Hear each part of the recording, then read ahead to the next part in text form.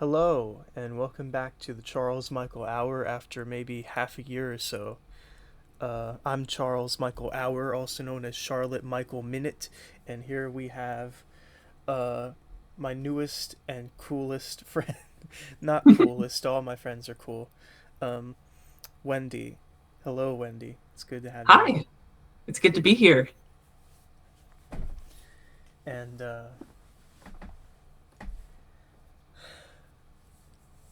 what uh, what kind of things do you like doing? Introduce yourself. Let's see. Hmm, I'm kind of like an all-around person, at least with it when it comes to art. I kind of like a lot of different kinds of art. I like just consuming art in the best way I can, Mm-hmm. whether that be like film or just music. Especially music. I listen to a lot of music, uh, mostly jazz music, Yeah. mostly stuff that's like heavy percussion. I really enjoy the art of drumming, and especially like jazz drums, which kind of go are Mm-hmm. just really intense and awesome, and I love them. Have you ever tried being a drummer? Uh, not not fully. Like I've never actually like been in front of like a kit and Mm-hmm. like tried drumming before. I think my natural response to making music or to listening to music is to like make beats in my head Mm-hmm. and with my mouth, like kind of like beatboxing, but not really beatboxing because like that takes a lot of time and practice and uh, a lot of learning that I have not done. Yeah. I I have tried out drum kits, but mainly, when I record drums, it's usually virtually now because that's easier for tracking. But um, playing the drums is so fun. It's really freeing, you Yeah, know. you get a lot of tactile feedback from it. Exactly. And it uses all four of your limbs, you know. True. It's really it's physical exercise, you know. Yeah. And it's like, especially since you're using all four limbs, it's like a lot of times, fully separately from each other. So it takes a lot of compartmentalization and like multitasking. Yes. I always feel like people with ADHD ought to be drummers because Yeah. they always have the foot tapping, and Oh yeah, that every could day, constantly. that could just be like the hi-hat right there, you know. Hmm. Yeah.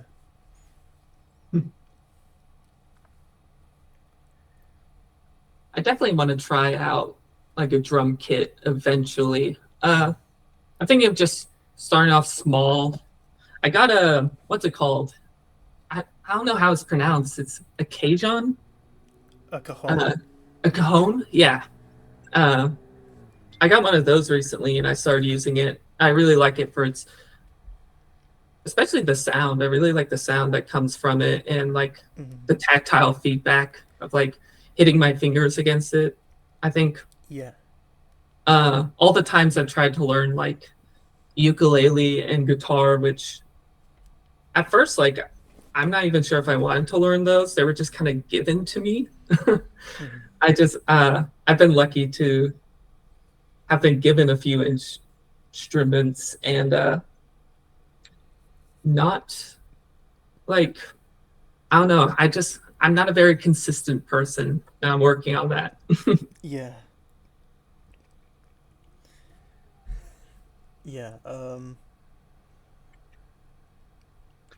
Yeah. I the cajon is really fun.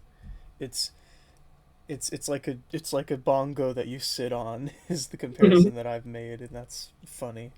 Yeah.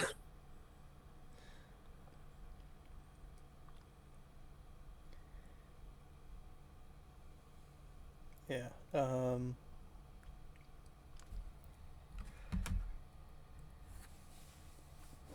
What else? Um, can I say it? You're autistic and you're trans. Yes. That's something that So, we I think that's something that we both have in common, really. mhm. So, what when were you diagnosed with autism? Last year, last October, I believe it was like later in the month Mm-hmm. of October when I was diagnosed. I was, I did it. I've kind of known for a little while, or at least suspected, like heavily suspected. Uh, I mean, even though like screeners are, diagnostic tools and stuff, but you can get a pretty good sense, I feel, uh, if you take like as many screeners as I did and you get the same results, like eventually Yeah. you start to suspect that it might be true. And so, Yeah. yeah, I just did I did a virtual assessment. It was a lot. It was a long time too, because it was like 2 hour and a half sessions, I believe, like back to back. Wow. Uh, and after that, just had to wait a week for the results, and I got it. And yeah, that's kind of how it's been since. And Yeah. honestly, it's changed in some ways. It didn't change much, like knowing. Uh, I feel like I'm kind of the person that, like, if there's something that feels important that I should know, the longer I go without knowing, the like more intense the thoughts get, and like the obsessive like yearning for like knowledge Mm-hmm. gets.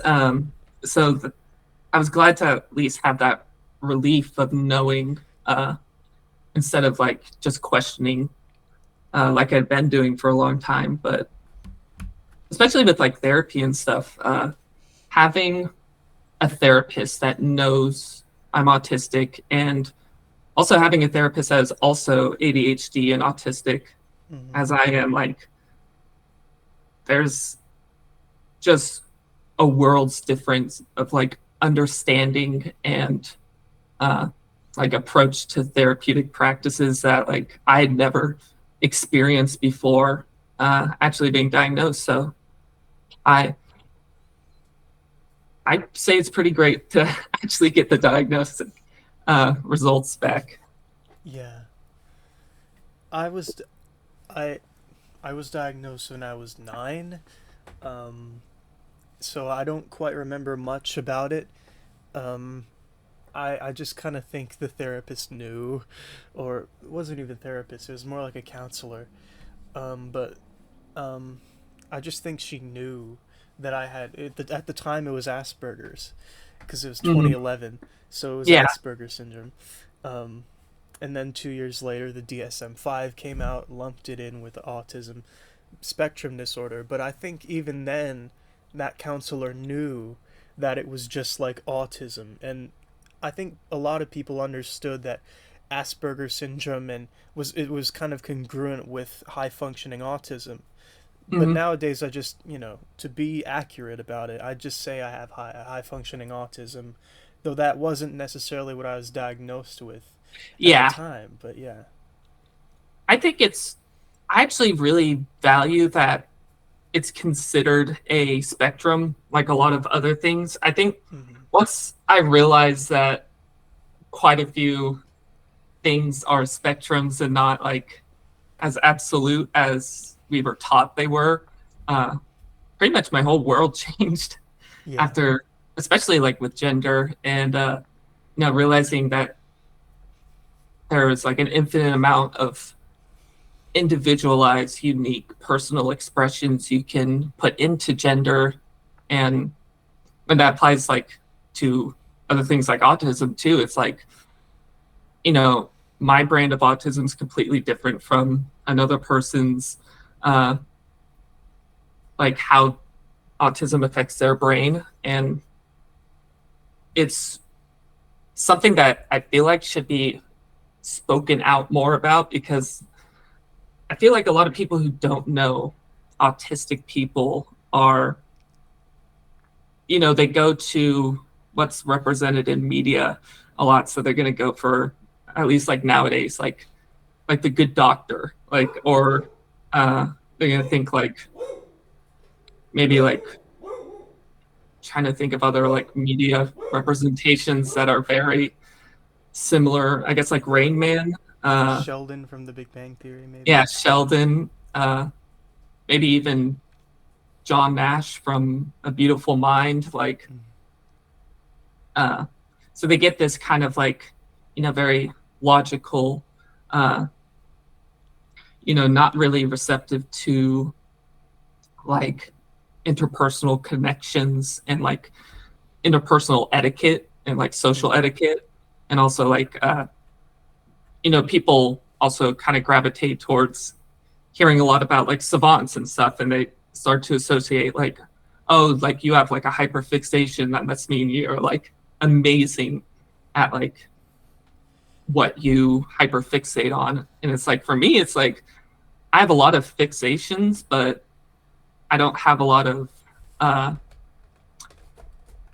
like practical application for what like knowledge I do like get from those fixations. Mm-hmm.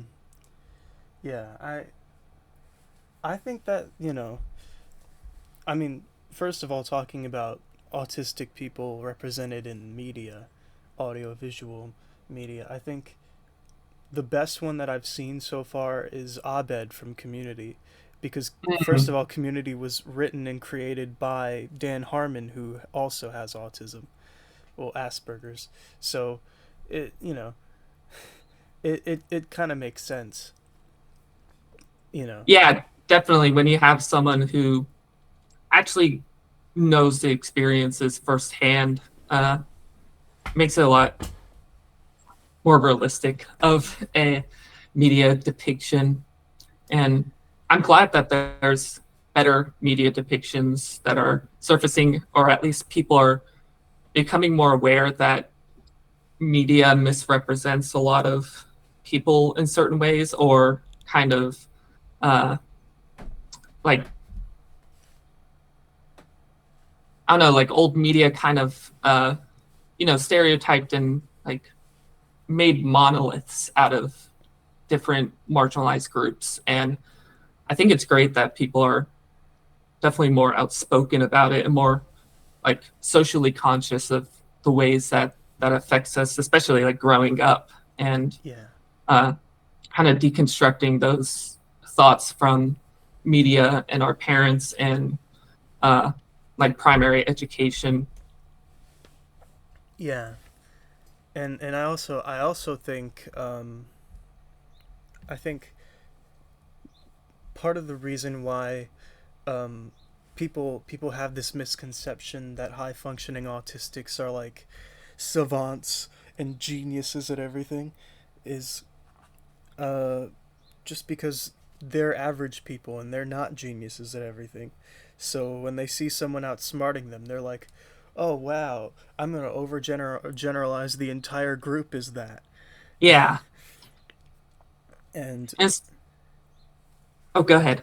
yeah, and so for me, it's like I am hyperfixating on things, and I feel like I'm at a level where I'm confident enough to talk about uh, chiefly they might be giants, uh, Mhm. to to be able to write and produce and edit a documentary about them, or specifically one of their albums.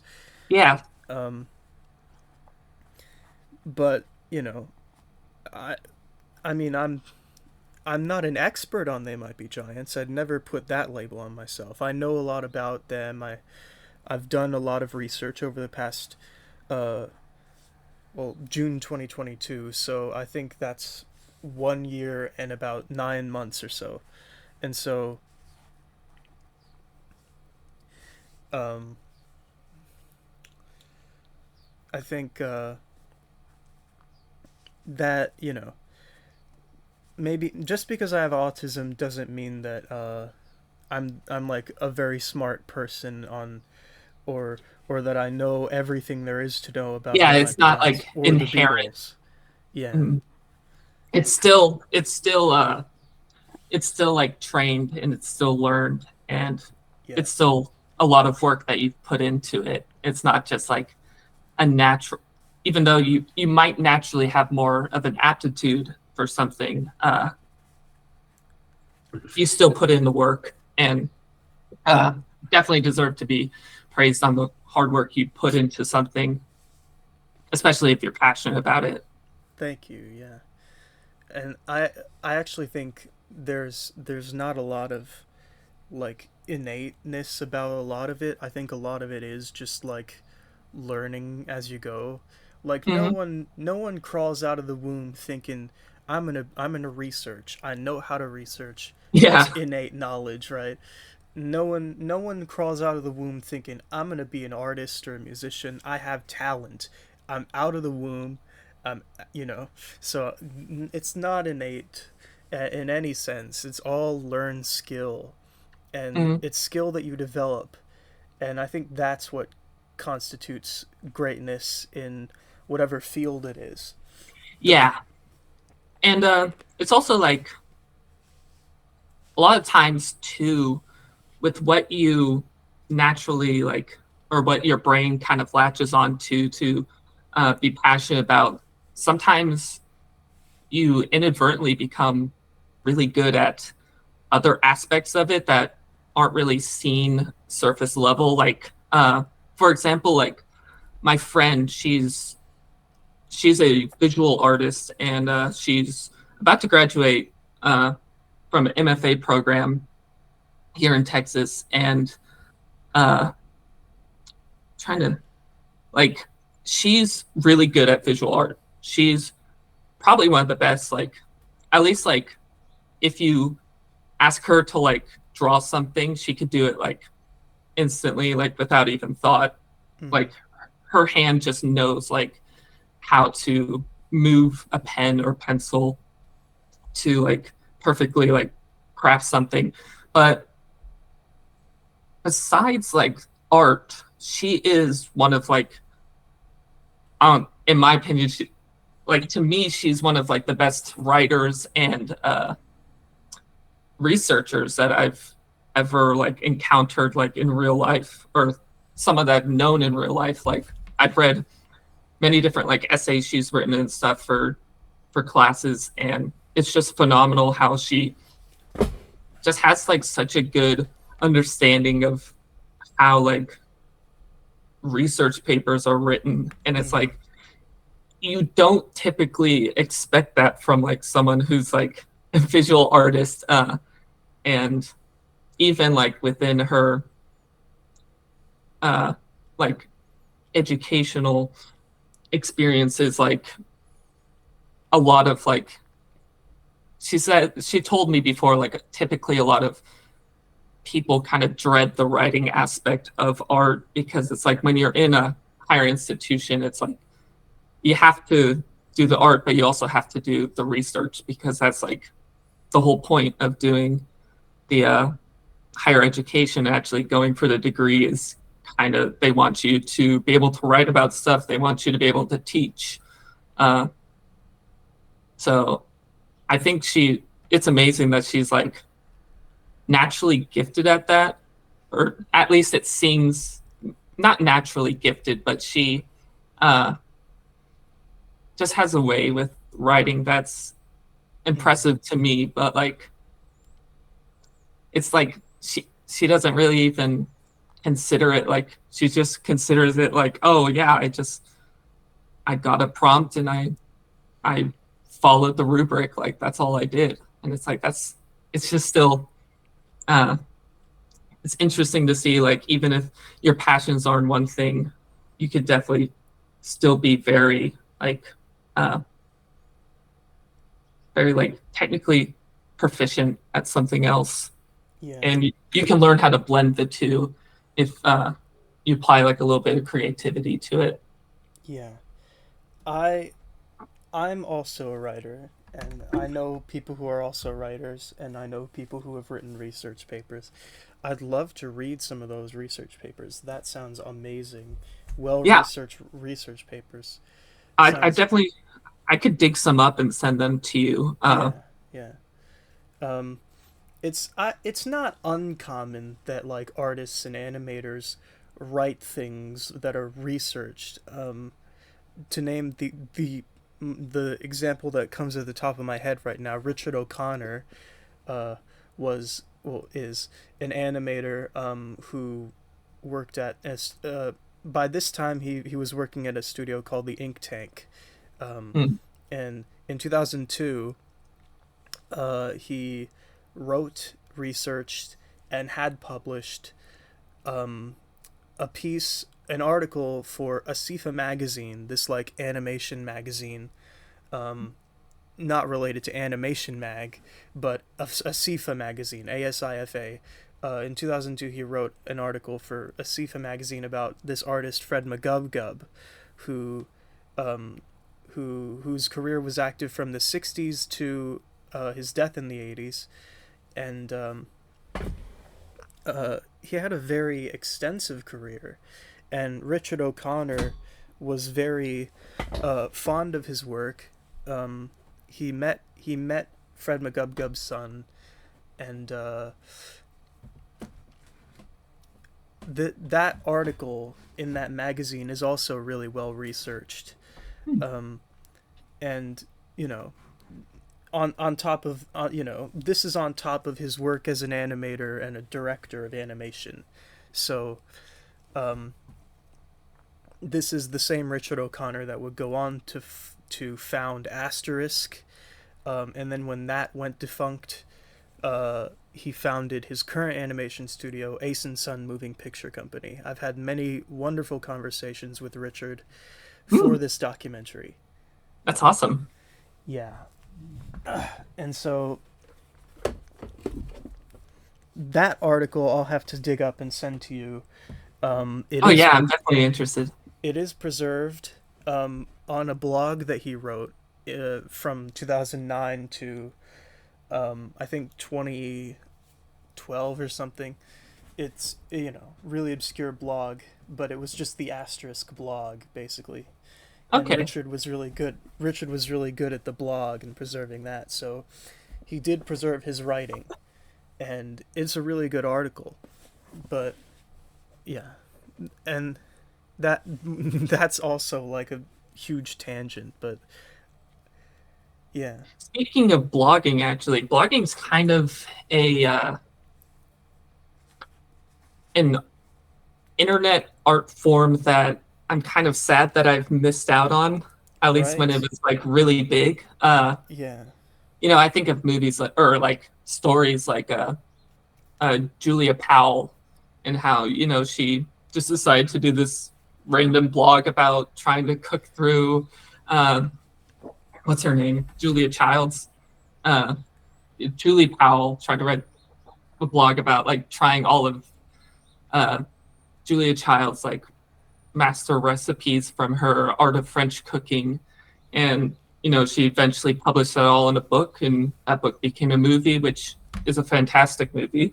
uh, I Mm-hmm. love that movie so much. But it's just something so interesting about like um, alternative forms of like communication in a way that's like not because like when it comes to literature, like when you think of literature, mostly you're going to think about like a novel, or at least like a series of novels. uh, but you can go further than that, and you can do like I'm trying to think, like Stephen King, he wrote The Green Mile Mm-hmm. in a series of 6 short like novella publications. uh, Kind of like, because he had, I'm trying to think of who the original person was that like, oh, it was Charles Dickens, I believe. He would like a lot of Charles Dickens work, I believe it was him, was like serialized, where he would just release like one part at a time. And Stephen King was just like, heck, I'm gonna try that. And so that kind of birthed this uh, very like almost like a TV show where it's like you kind of it gets released and you kind of have to wait for the next part. And unfortunately, it's all released now, so it's like you could just read one straight to the next. But there must have been something magical about that experience of when it was first coming out and being like, okay, I read the first part, I've got to know more. Yeah, that's the thing with Telltale games is they're episodic games. Hmm. Is they come out once a month, right? Yeah, That's part of the appeal. It gives you yeah. I something to played the look Back forward to the Future one. I think to. when it first came out, I remember being so excited every time a new part came out. Yeah. Uh, Unfortunately, I haven't been able to play Telltale games when they came out, as they hmm. come out, but I have played Sam and Max Save the World, and I want to play the Strong Bad one. Yeah, there are quite a few Telltale games I'd enjoy playing. I've only played the Back to the Future one, so I Yeah. definitely need to branch out more. But that's definitely a realm of video games I haven't really uh, gotten into as much as I would like. Like very like narrative driven, like decision making games. I know those are very popular with like the was it Dark Horse Pictures or Dark Horse Pictures and Anthology, the one that they release like every year, and people like all the big streamers and stuff like play it and stuff, and Mm. uh, super massive games. That's who makes it, I believe. Mm. Like things like The Quarry, or I think they're remastering Until Dawn. So it's definitely a genre of video game I'd like to experience more. That and like actual like RPG games because I'm just not big on like I think I haven't gotten into them because it's like I've suspected it for a long time. My therapist also suspects it, but I'm pretty sure I might have dyslexia. Uh-huh. I'm not going to get a assessment because every assessment I've seen costs like $1,500 or some insane price like that. Mm. Uh, but so like even though I love storytelling uh, in like pretty much any in all forms, I'm just I have so much struggle like actually reading like text, and so I feel like that's probably why I haven't gotten into like RPGs or these like very text-based like narrative games. Mm.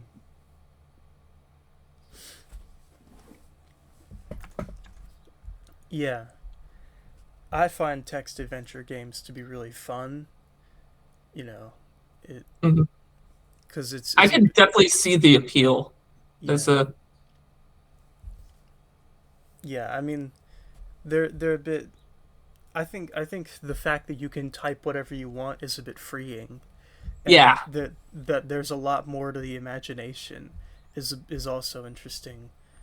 Um, yeah. I remember my dad talking about those because those were the video games my dad grew up with in like the early '80s. yeah, stuff like Zork is Oh really yeah, good, Zork. and Zork 2, um, and the other one. I'm kidding, but yeah, I mean it's. I want to get into more text adventure games. You know, it's just I don't have a lot of time to gaming, but Mm, I I do like the idea of publishing a short story within episodically in a publication or something like that, yeah. because and I really agree with what you're saying on like alternative forms of communication is I think the thing that you know that we're losing, and we're not communicating to each other, Hmm. and the people that are communicating with each other are not doing it well. Like I think media literacy is dead, but you know. Yeah, especially like, yeah, media literacy, media criticism. A lot of people, uh, a lot of people either a avoid it, like kind of like my parents, where they're not going to really question it too much. They're not going to question any of like the undertones and all of the uh, like oh, what's his name? Ernest Hemingway. Like Mm-hmm. he like Ernest Hemingway kind of, or from his works, kind of developed this like, or people developed this idea of like the iceberg, where it's like Ernest Hemingway's writing, since he wrote previously for like journalism, like publications, I believe. Uh, he had just a very like normal like sense of writing, but he would implement so much like undertone and like nuance that you would just have to keep reading over and over to like dig deeper into like what he's really trying to say. And a lot of times now people, they would like you to tell them like exactly through words itself like what uh you're trying to convey. And there are definitely so many forms of communication, like within the English language and like outside of it, like music itself is, a form of communication and expression Yeah. of emotions. But like, I don't know, I love uh, thinking and just kind of speculating on language, because there's a lot of different, really interesting like interpretations of language and how it should be used. And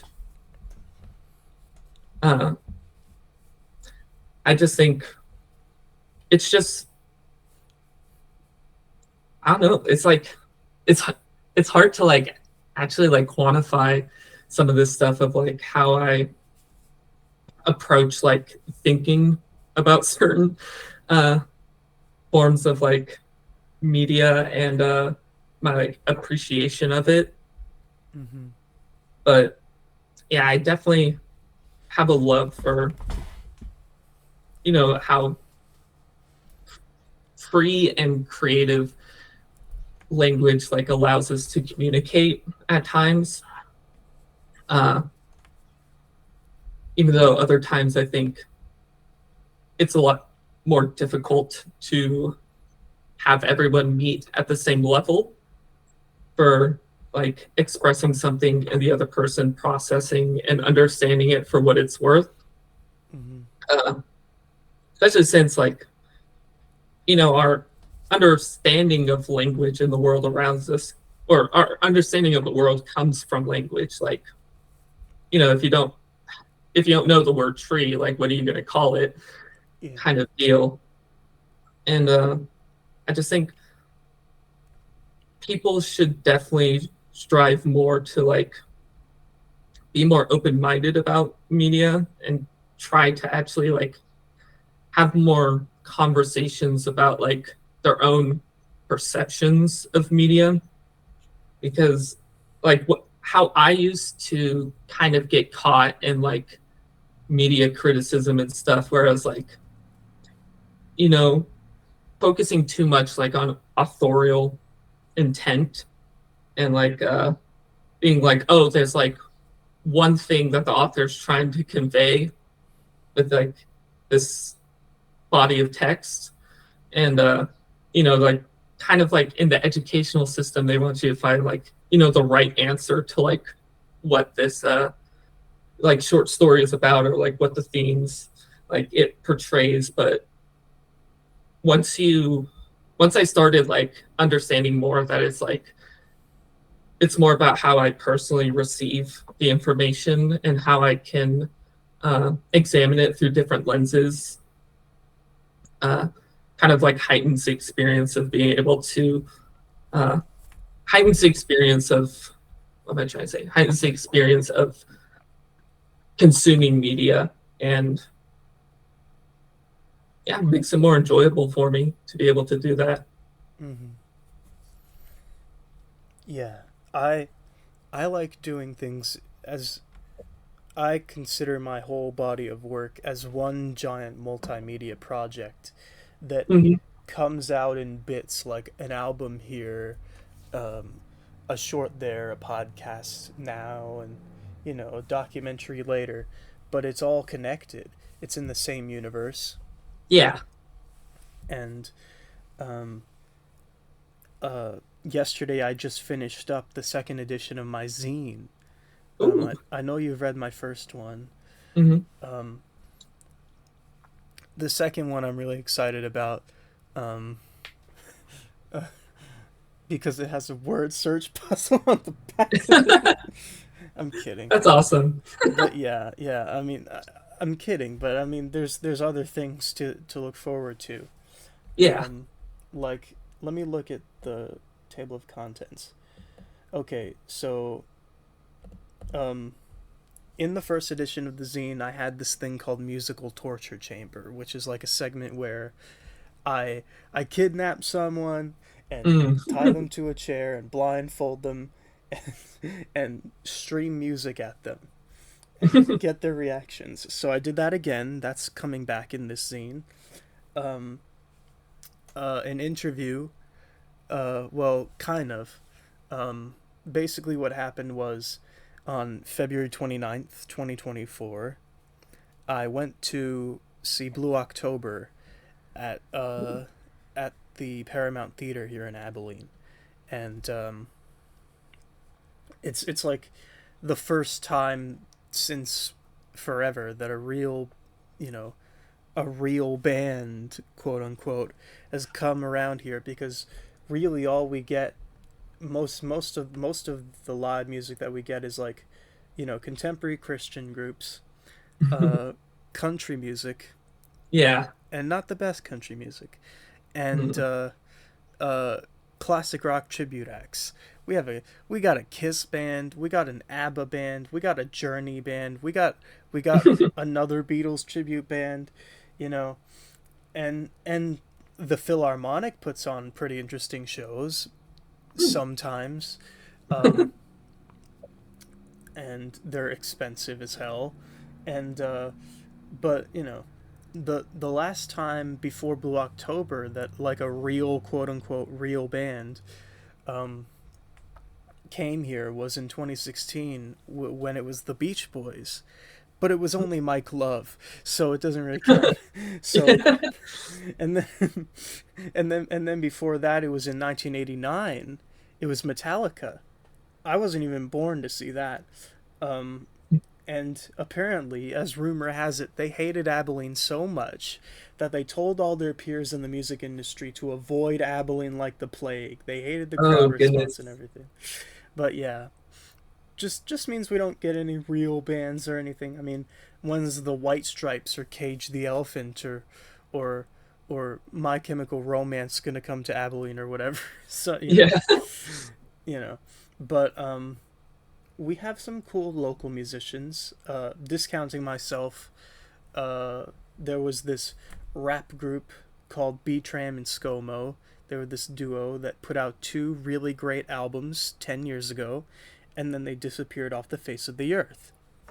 Then, then there's this guy called David Hunt, who I haven't talked to since early 2022.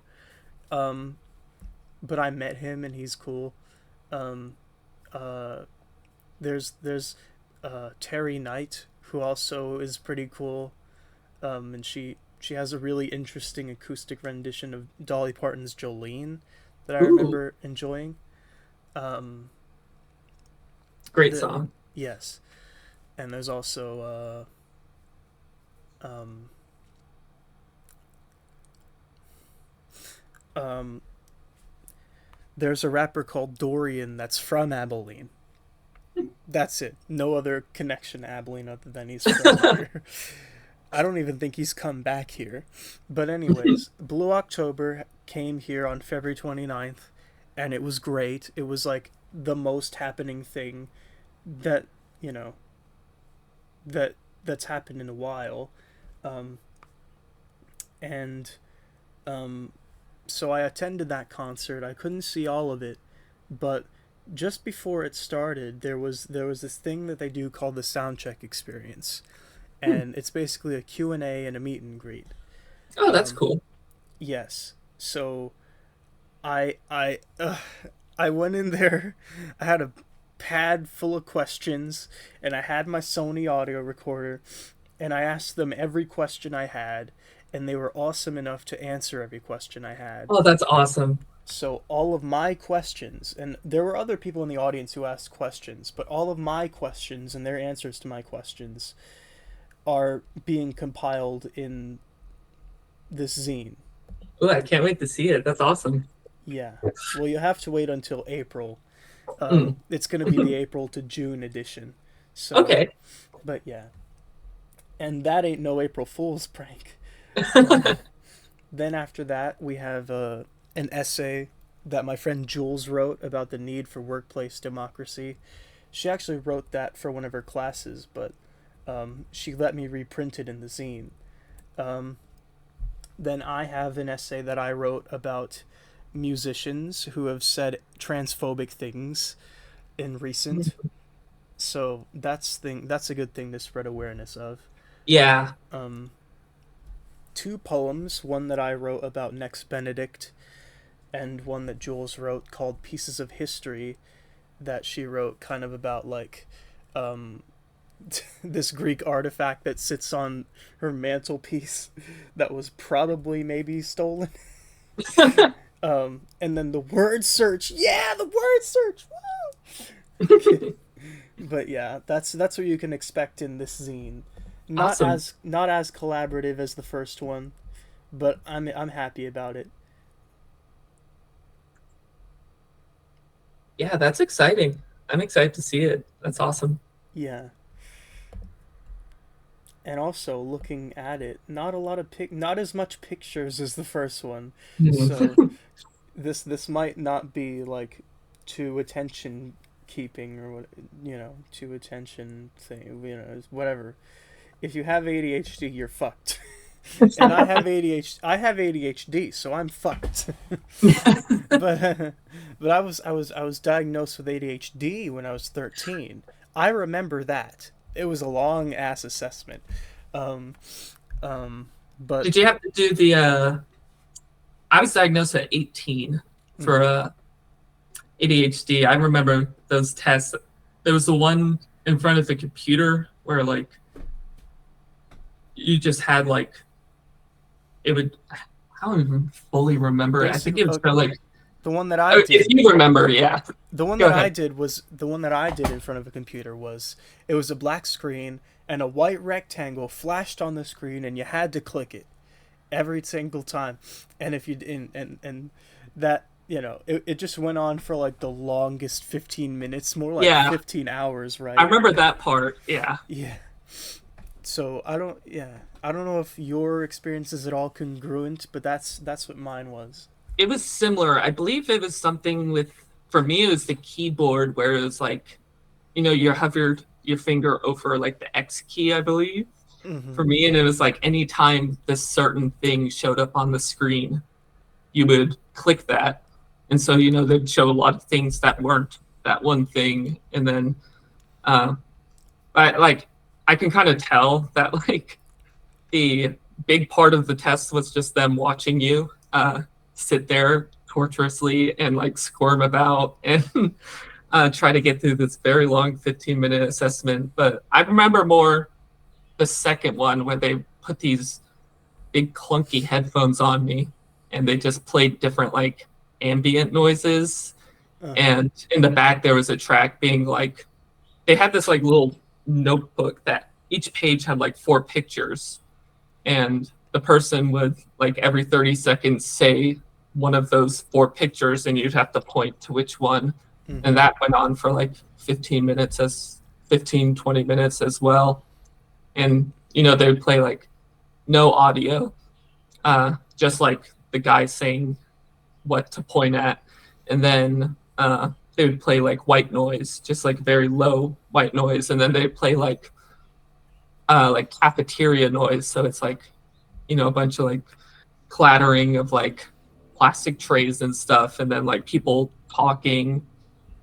And yeah, I remember doing that. I Mm-hmm. remember. I I've that's kind of like what happens when you go in the nurse's office at school and you have to get like a checkup or something, and it's like hearing. So Oh yeah. you put on the big headphones that are like from the 1960s, and they have this oscillator from the 1970s, and they press a tone, and if it pops up on the right channel, you put your right hand up, and Mm, if it pops up on yeah. the left channel, you put your left hand up, and that's how they know that you're not hard of hearing. I remember doing that once where they, I'm trying to remember, do they also put you in like a little like soundproof box? I No, remember no, doing, it's I just the remember for nurse's mine office for me. going into like, I think it was like an actual doctor's office when I did one. It was like a intense physical for something. I don't remember what Mm. it was. But yeah, they had to do a hearing test where I went into this little like, I had the headphones on and I went into this like little soundproof box. So it was just like kind of vacuous inside. Oh, oh, and I'll tell you. I'll tell you. This is random, but this is another thing that pertains to my diagnosis with ADHD. I remember during the whole evaluation, my therapist, who was a really awesome guy, and I, I only remember his name was Roger. I can't remember his last name, but um, he he, one part of the test was he got out a bunch of action figures and plastic things and dolls, and we were supposed to play with them. I could set up the scene, and Hmm. we both would play on from there. And I don't know why my brain immediately went to, this CD case is a coffin and this guy's dead and everyone's mourning because I was 13.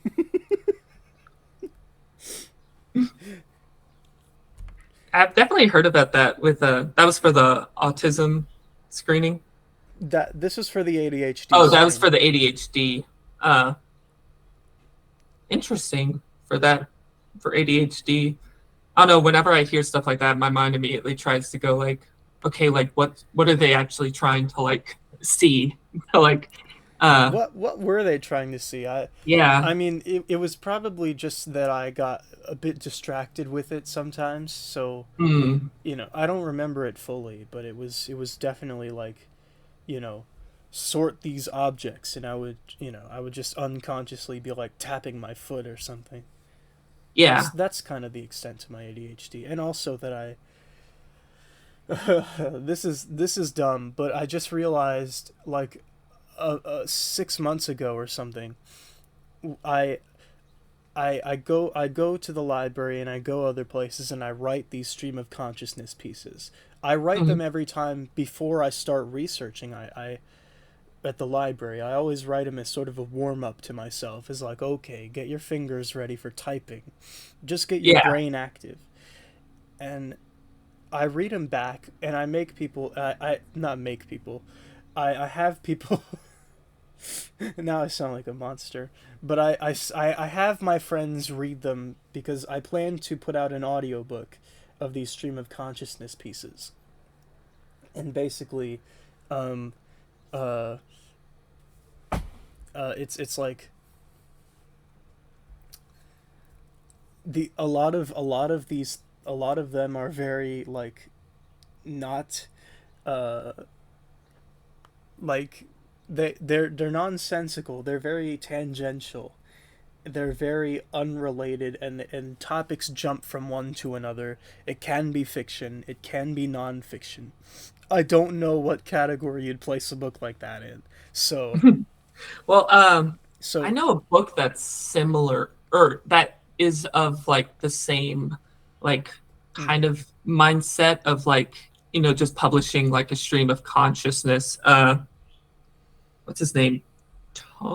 Thomas Ligotti, uh, a horror writer. mm, Uh, he has this book that he published. I haven't actually fully read it yet because I'm not the best at like actually like reading text from cover to cover. But yeah, this book called the Conspiracy Against the Human Race, and it's kind of just like each chapter's kind of like a stream of consciousness, just like whatever comes into his head he's writing. And Yeah.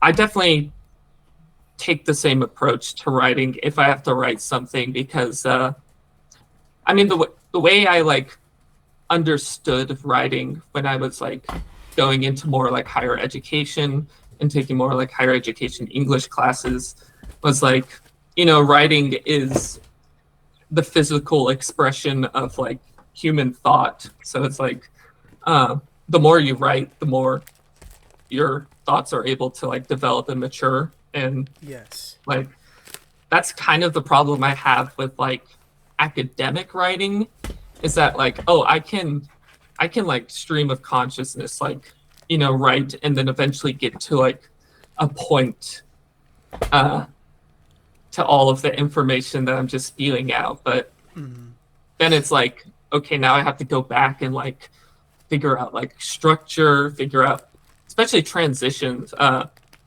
remember my therapist saying that like I have like a really hard time with, or helping me understand that I have a really hard time with like transitions between ideas. My brain kind of just jumps from one idea to the next. So that's something I'm not too fond of with like writing, is like having to format and structure, even though that's like good for accessibility and like for like being able to communicate the same idea to like any audience. Yeah. But I don't know. For me, it's more just like, yeah, just stream of consciousness, just saying what I think, and then as I write, kind of make the connections and go, oh, okay, like, no, this was actually wrong. Actually, it's a completely different meaning, and then stuff like that. Yeah. And but basically what I was getting at to basically what I was getting to was, I think these work best when you're doing stream of consciousness piece and you're writing with ADHD, because your brain vomit is so much more interesting when you can jump from topic to topic and not have to worry about, you know, a smooth scene transition or anything. Yeah, Would you like me to read you one? sure. I love Okay. that. This is one that I wrote yesterday. Okay. Stream of consciousness piece, March 22nd, 2024. Only one page today, though I can really make it count if I write small enough, and if I type fast enough. You suffer. You'll see. Until then, let me introduce you to my little friend, Mechanical, Jardy. Yeah, Mechanical Jardy. He's a Jardy Whittle Mechanical, isn't he? Mechanical Jardy is notable because in 2006, it was confirmed that he was... Oh, there's something in my eye. Because, there really is something in my eye. This isn't part of the stream of consciousness piece. I'm just... Oh, I'm sorry. No, all good. But, okay. Starting from... Mechanical Jardy is notable because in 2006, it was confirmed that he was the only girl who could type with boxing gloves on. Do you want to try that? Okay. Blah. That's also not part of the stream of consciousness. That dog. Continuing. Hey. Psst. Fuck you. That's right, I said it. Oh, and here we go with the loud ass fucking kids YouTube sounds. Oh, this fucking thing on my eye. Oh, I'm so sorry. I can't read. All good. Okay. Oh, and here we go with the loud ass fucking kids YouTube sounds on the mommy's phone again. We get it. The battery is too low on your headphones. Why not read her a book? Pick it up. Pick it up. Pick it up. When Black Sheep comes in with the rest of the choices yours revisited, then we'll talk, Suxantha. Oh, and now you're watching fucking TikToks on top of the kids' YouTubey shit. Thank you so much, Dad. Thank you for squirting me into a world where the most I can do about inconsiderate assholes is write about them and ruminating. Sharing is caring. Wah! Oh, thank God, the nurse just called the little girl in.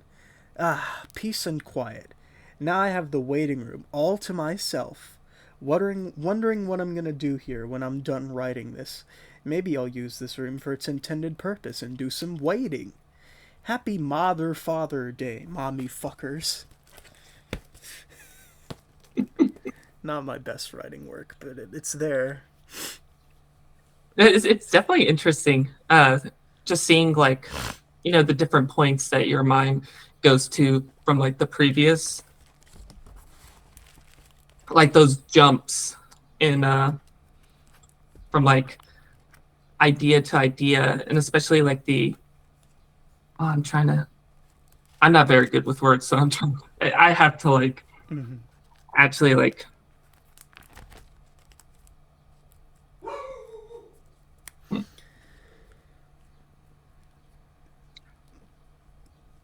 I mean, I get the basic gist of what you're saying. Yeah. But, can I read you another one, which is way more coherent? Mm-hmm. Okay, this was written on Thanksgiving. Stream of consciousness piece, November 23rd, 2023. Happy Thanksgiving, said Orchid. Happy Thanksgiving, said Topaz. Happy Thanksgiving, said Lavender. At this time, Orchid had a caregiver called Rebecca Lane. Rebecca knew how to put on fake smiles for Orchid, and she would enunciate her words in a nearly condescending way, though she hardly knew Orchid to be stupid. Rebecca forbade Orchid from watching R-rated films, and PG-13 rated films were heavily supervised. Orchid was 22. Rebecca could access Orchid's laptop remotely, and if she found a site she didn't like, she'd block it. Orchid was 22. Rebecca was familiar with Orchid's record and CD collection and confiscated and sold a System of a Down album that was a gift from Topaz. Orchid was 22. Okay, there's something in both my eyes. I'm sorry. All good. No, I get that. I hate when that happens. It's like you can't get it out. Yeah, It's just... when I'm reading too, thanks a lot, divine programmers. But the most egregious thing was that Rebecca saw Topaz as a bad influence on Orchid, promptly banning her from Orchid's house. Lavender was fine, but her visits were to be heavily restricted and limited, Mondays through Thursdays only, and never at night. Topaz was 21, Lavender was 23. Orchid always managed to find ways to circumvent these bans and undermine Rebecca's control. He always saw Topaz and Lavender, but only at Bixler's coffee shop, spelled with one F for aesthetic reasons, which was a short walk away from his favorite record store. Orchid took the CityLink bus to the store, hung out there as he waited for Topaz and Lavender to see him there, then the three of them would walk a whole block to the cafe. It was open. There, they ordered their drinks and decided to celebrate the occasion by also ordering 3 turkey sandwiches and 3 muffins. Happy Thanksgiving, they all said, and they meant it. Unlike most of their interactions altogether, this one was extremely pleasant, as Topaz took her meds for once. There, they talked about a bunch of films that Orchid couldn't see, music Orchid couldn't hear, and forums Orchid couldn't type on. Stanley Kubrick who? Rage Against the Machine what? Steve Hoffman where? You're cute, exclaimed Lavender, giggling.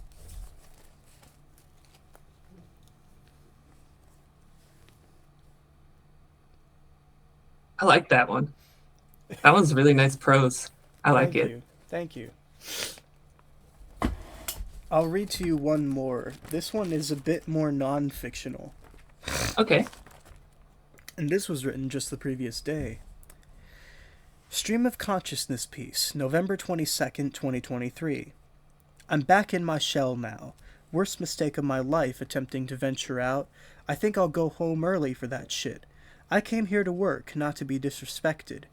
I'm already stressed enough because the CityLink bus came a full 12 minutes earlier than I expected. I could play Frank Zappa's Return of the Son of Monster Magnet in the time I should have had remaining. But as Rush's subdivisions booms along over the speakers, I can't help but think about today's date in 1963, where two very significant historical events happened.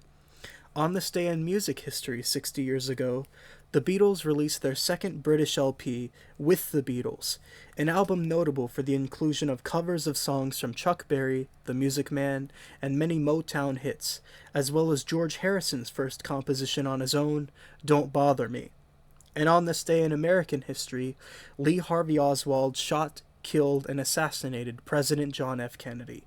Only 4 months later, the Beatles would make their presence known in America, landing in NYC on February 7th, 1964. 2 days after that, they made a now famous appearance on The Ed Sullivan Show. The first song they played on that appearance on February 9th was a Lennon-McCartney composition that appeared as the third track on the first side of the second LP back home, All My Loving. New thought. Hi Sarah, I'm at the record guys now. My nose is runny and sneezy, so I hope I don't have a cold. I just vacuumed a bit. I would love to see you again. How about November 30th? Let me know if you want to go anywhere else. New thought. I saw my dad 2 days ago. It was pleasant for once. I'm glad he stopped trying to shove his religion on me. We went to Panera Bread and I had an amazing broccoli mac and cheese bread bowl and an everything bagel with cream cheese. Keto dieters beware. And then we went to Target. It was there that I got a book, though Dad didn't know what it was. I got Sarah J. Maas's A Court of Thorns and Roses for $15. Amazing. Well, Sarah, you're cool. I look forward to seeing you next time. Take care of Jacob, and I hope Quincy's taking care of you. Love, Charles. I like that one too.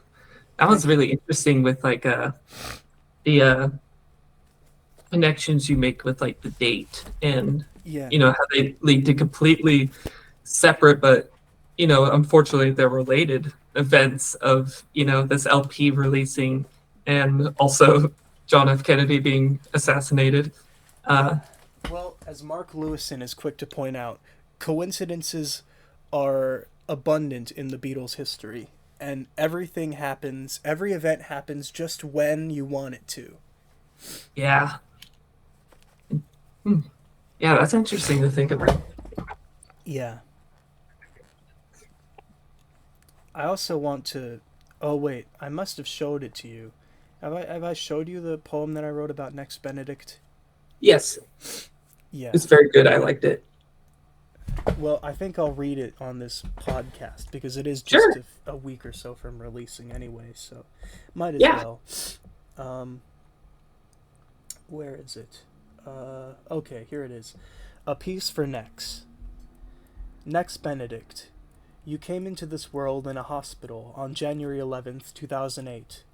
You were born in Texas, but you found yourself in Oklahoma soon after. You found yourself a non-binary person.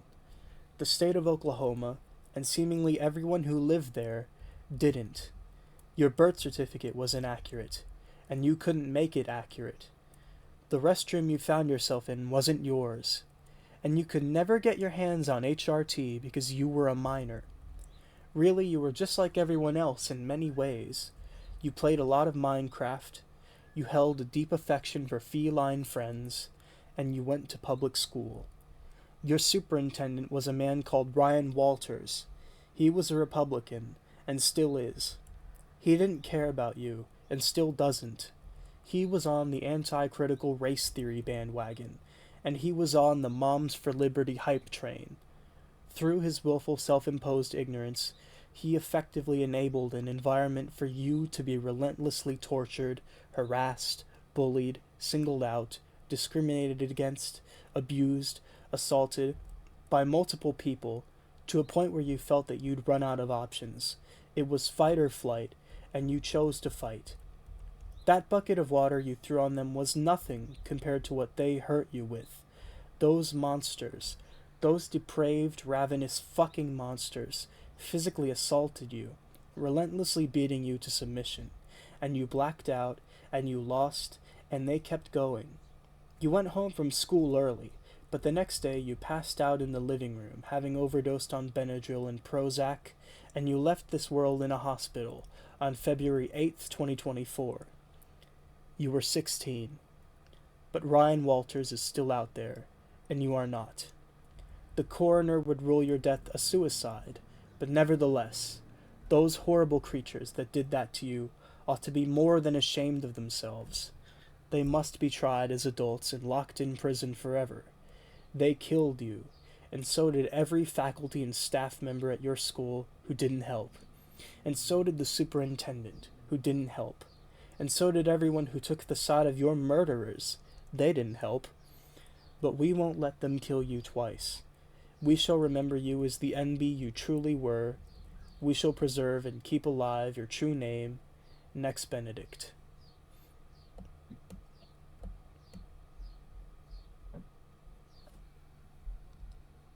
It's a very powerful piece. Yeah. It's definitely, yeah, it definitely hits close to home with these situations because, you know, I'm a firm believer that like any form of like trans suicide is definitely in some part state sanctioned murder. Yeah. And even further than that, I feel like you could say that for a lot of mental health struggles and eventual, like, unfortunately with suicide too, is a lot of it is very environmental, and the government is the person that creates these, or is the institution that creates these situations to occur. And it's always very sad to see. It's always very sad to see politicians not really understand the sanctity of life itself. It's And it's horrifying. don't you think that's ironic, considering they're also the ones that claim to be pro-life, so-called? Oh yeah, pro-life, and then they allow child marriages. Specifically, I forget which state it was. It's only illegal in 10 states. Yeah, yeah, that is In Texas, bizarre. it's totally fine for child marriage, which is, you know. Yeah, But pro-life, but they want to cut welfare and Social Security. Don't care about homeless people. Want to make hostile architecture. They want to, you know.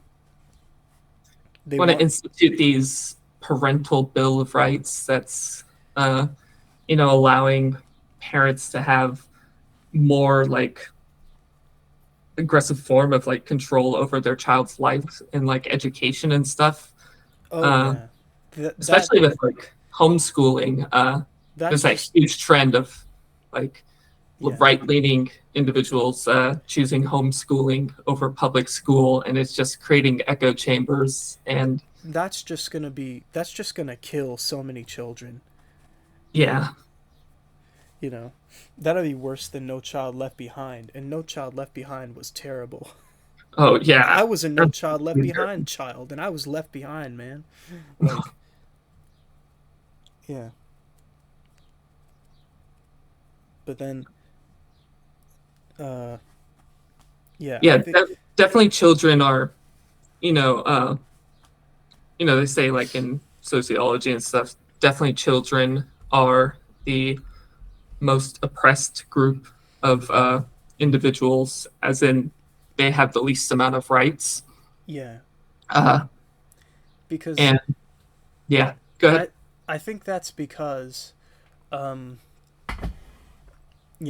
children are minors, and so you gotta control your young, and the whole old school ideology of like, you know, you have to raise your children to be ready for the workforce or ready for childbearing or whatever, and it's so dumb. Why can't we let kids be kids, And how come there are so many adults who've forgotten what it's like to be a kid and what it was like to be tethered to parents that were controlling. Exactly. Yeah. It's that huge disconnect of age and like a lot of as you get older, it seems like you forget more and more of those childhood experiences.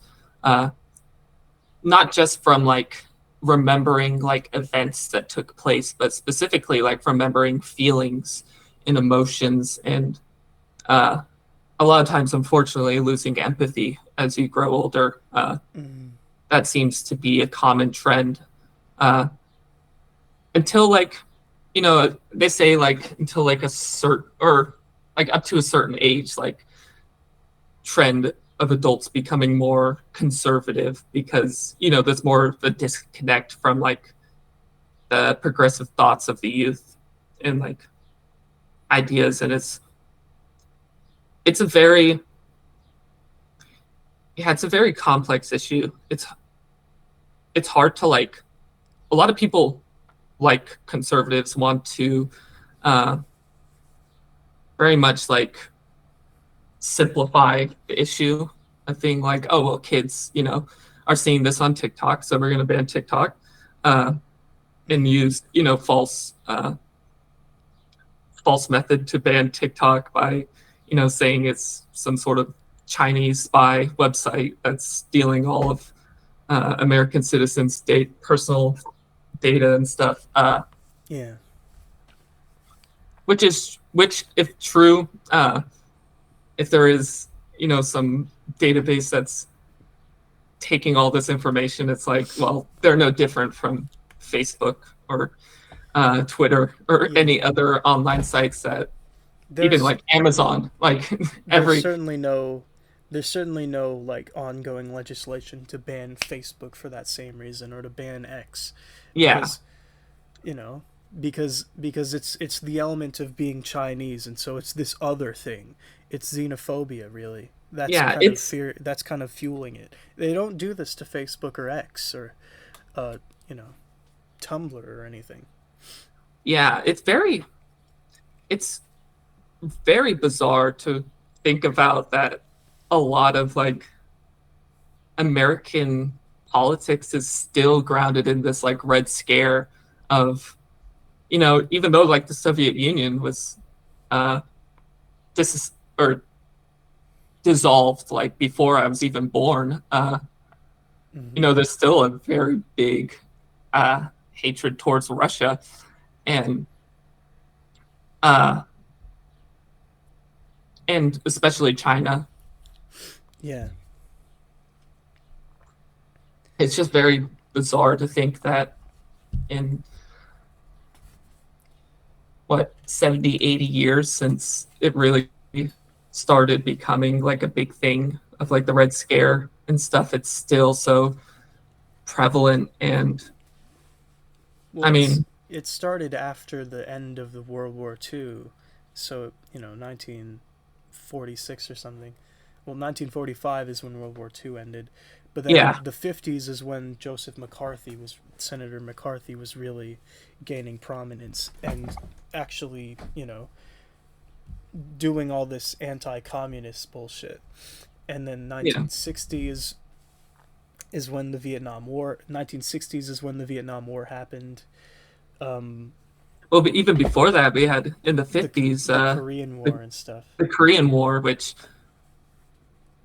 technically I guess wasn't a war, or I guess like It was a they don't, conflict yeah, anyway. it's a conflict. But man, yeah, like even North Korea, like such a huge hatred towards North Korea and uh, a lot of just yeah propagandizing and yellow journalism still prevalent to this day. Yeah, because it's I think part of that is like, oh, North Korea is this communist dictatorship. It's like, we gotta, they're doing nuclear weapons. Russia's who we should really be worried about. Vladimir Putin is a wild card that's, actively harming Ukraine still. Yeah, But yeah, it's like, but that's North Korea is like a kitten Kim Jong Un is like a kitten compared to the lion that is Vladimir Putin. Not to say that he's not like dangerous. I do believe that the people of the DPRK, so called, even though it's not democratic or a people's republic, deserve way better than a totalitarian dictatorship. You know, Yeah, human rights are just non-existent anywhere these days, I think. yeah, it's so unfortunate. It's- and yeah, they just make it worse by like uh lumping in everyone with like these same groups instead of like saying like just North Korea in general, besides like trying to distinguish between like the citizens of North Korea who are specifically, like the victims of any uh, malfeasance that happens, but then like, Mm-hmm. and then the North Korean government, who's the one, or which is the institution which is causing it, uh, and that's yeah, it's just unfortunate how, I mean, technically, like you could say, like America was kind of grounded and formed on yellow journalism and like propagandizing and uh, stuff like that with like Thomas Paine writing Common Sense and uh, being able to publish and radicalize the uh, other colonies to decide to break away the from British monarchy. And yeah, it's just so interesting to see that like America was founded on like revolution and rebellion and stuff, but then like now it's like any form of revolution or protest or rebellion uh, is very much looked down upon because Yeah. those people eventually their descendants became the ones in power. So Well, uh, okay. Basically, this is my thing about that. Um, the First Amendment does um, guarantee people the right to peaceably assemble, which I think a lot of great protests and marches do. Um, I think it was a good thing that the United States broke away from the British monarchy. That was a good thing. That you know, colonization wasn't a good thing, but you know, it was it was what happened. It's a part of our history. I think we have to live with it now. There's not much we yeah, can do about it, right? But yeah, we can't change the past at all. We have to except just except continue except if forward. you're a Yeah. teacher in Texas, you can whitewash it whenever you want. Oh, true. Yeah. But that's neither here nor there. Um, uh, and um, so we do have that right to peaceably assemble through the First Amendment, um, and to petition the government for a redress of grievances. Hmm. But um, that was taken advantage of on January 6th, 2001, 2021, not 2001. Where's my Yeah. brain?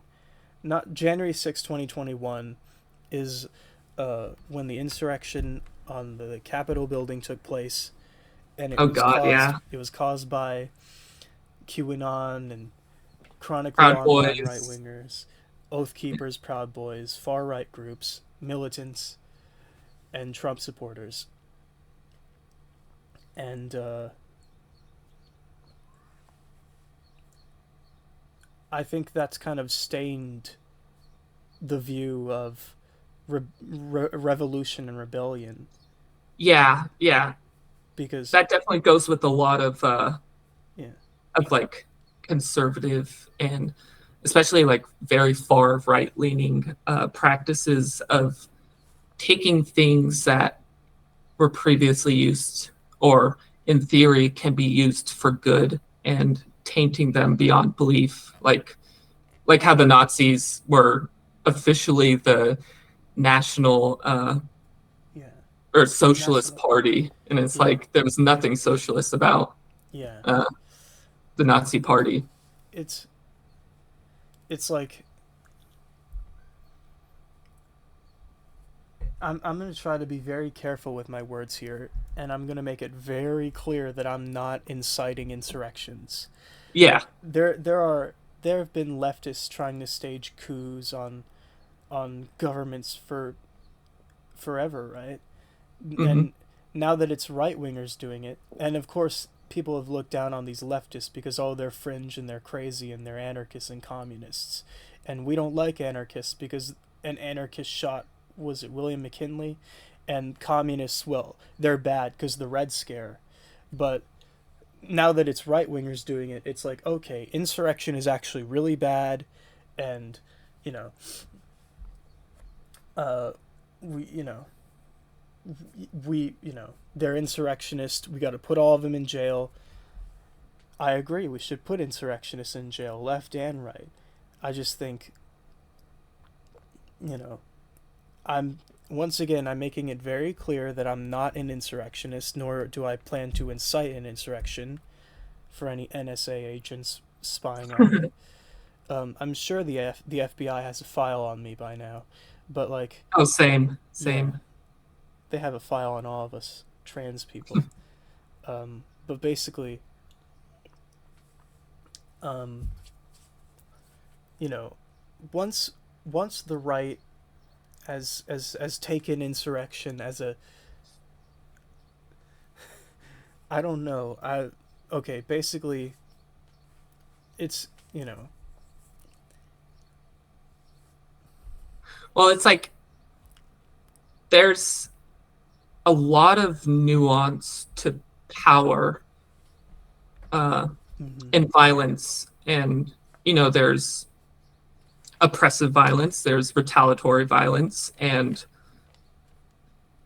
the and even between that, there's like a whole spectrum of what are you retaliating against? Are you retaliating against someone that was oppressed and fought back, or are you retaliating against a government that's oppressing you? And there's so much, like, yeah, that's all I could say, is that there's so much nuance to violence that it utterly terrifies me to think about violence. I'm a fully fledged pacifist, yeah, and I, even though being a pacifist, I see violence as a tool, and violence in certain measures. It's also so subjective to what violence is. Like, people say looting, in a sense, is violence, but then, like, is looting violence, is as in like, harming individual people, or is it violence against harming large corporations if you loot a Target? Like, well uh, okay, the thing about yeah, looting is looting is what made the Black Lives Matter protests seem uncouth and uncivilized. It's what ruined it. And it's what made conservatives look at Black Lives Matter and say, look at these communists. You know, look at these racist Black Lives Matter. What about All Lives Matter? Look at them. They're looting a building. You know, they're setting a police station on fire. Like, that's what wrecked Black Lives Matter 4 years ago. So, yeah, that's definitely what was propagandized against by the right in a yeah. lot of media, like Fox News and stuff. It's definitely what made it harder to protest. Uh, I don't, and I'm not going to advocate for anything, because, one, I don't want to take the responsibility of, uh, inciting my ideas and stuff on other people and them acting on it. Yeah. So yeah, I choose to be very careful with my words as well. But personally, I don't see anything inherently wrong with looting, besides like the uh, the violence that it can create once people try to be like uh, or when people try to serve like justice or extrajudicial justice from it, that's when it gets really bad, and you get into like situations like Kyle Rittenhouse and like Charleston. Yes. Stuff where, people, even though the law advises against extrajudicial justice, the law very much protects people who execute extrajudicial justice in a way that is favorable to, the government. Yeah. I think I feel conflicted about looting, because on one hand, okay, I'm looking at it from a business perspective because I volunteer at a record store, and if that happened to my record store, I would be devastated, and so would my friends who work there. Yeah, I definitely get that. But I see where you're coming from. I just don't completely agree, because it, it's not cool to steal stuff and set things on fire. It's just not right. Yeah, I definitely get that, especially with small businesses. I would never, ever try to advocate for looting a small business. But people still do loot small businesses. Yeah, and that's what the makes looting unfortunate bad. part of it. That's what That's makes the looting unfortunate part of bad. it, is that it's not, you can't really control the individual's actions in a mob setting. But I think for me, it's more of just like the understanding of, trying to dissolve this concept of private property, as in like, privately owned asset, like Elon Musk owns Tesla and all these assets that, he's never been in the factory, like actually building the car. He's never done this or that to like actually earn a profit from the labor he has put into it. Yeah. And so, if something happens against that, then it's like, oh, I'm not going to feel as like, I guess, conflicted about like private property being because I mean, that too is in itself, destruction goes hand in hand with creation, in a sense of like, something has to be destroyed for something else to be created, and that's a very subtle way to go about it that is admirable, and there are a lot of ways to go about it that are not admirable. I think another scary aspect of violence that, especially nowadays, is used a lot is the glorification, in a sense, or the misrepresentation of nonviolence as a political action. Because, like, if you listen to modern like politicians talk about the civil rights movement, they'll talk about nonviolent protests that, were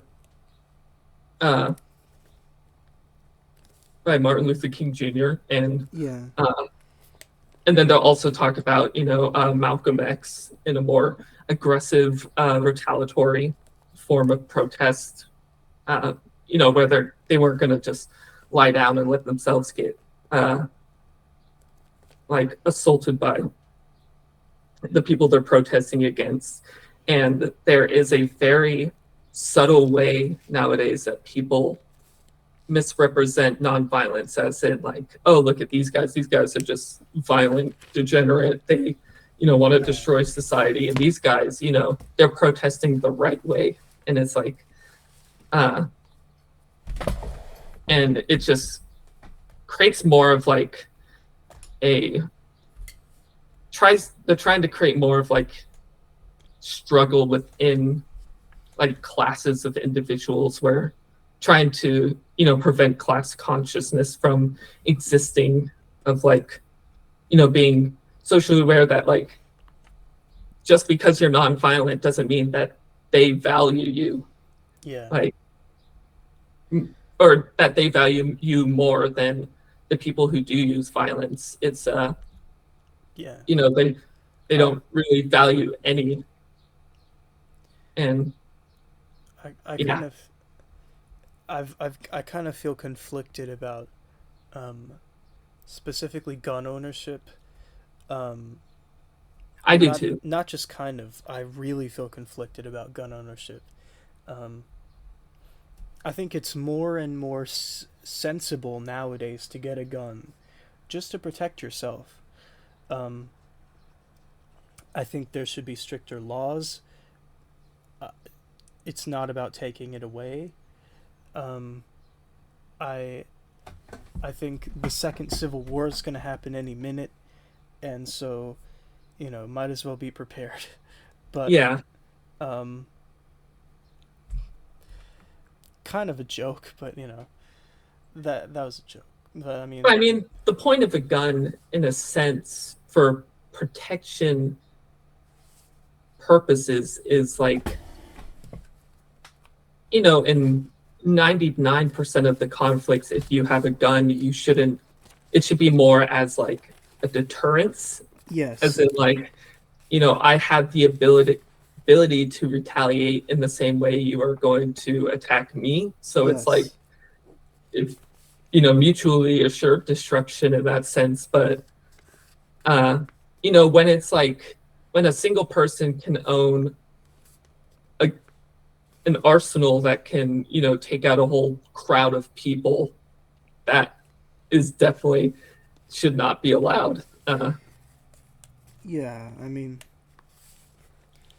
I think the Second Amendment is is cool.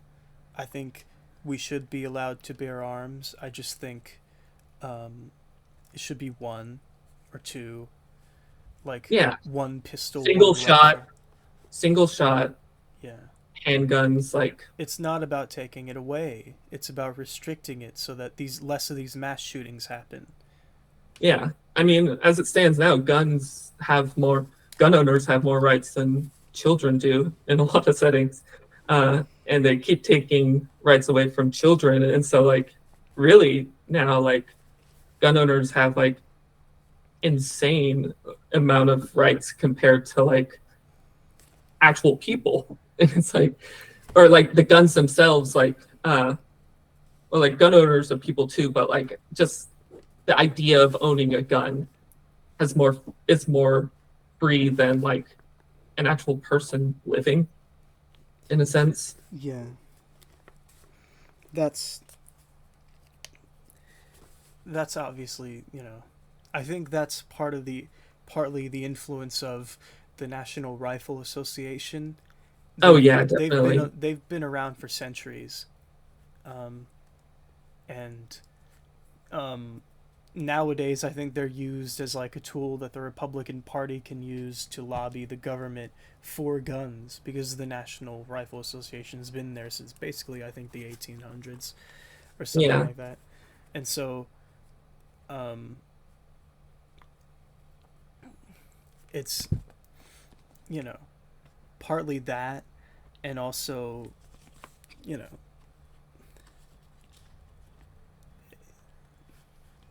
you know just just the influence of Alex Jones, I think, Mhm.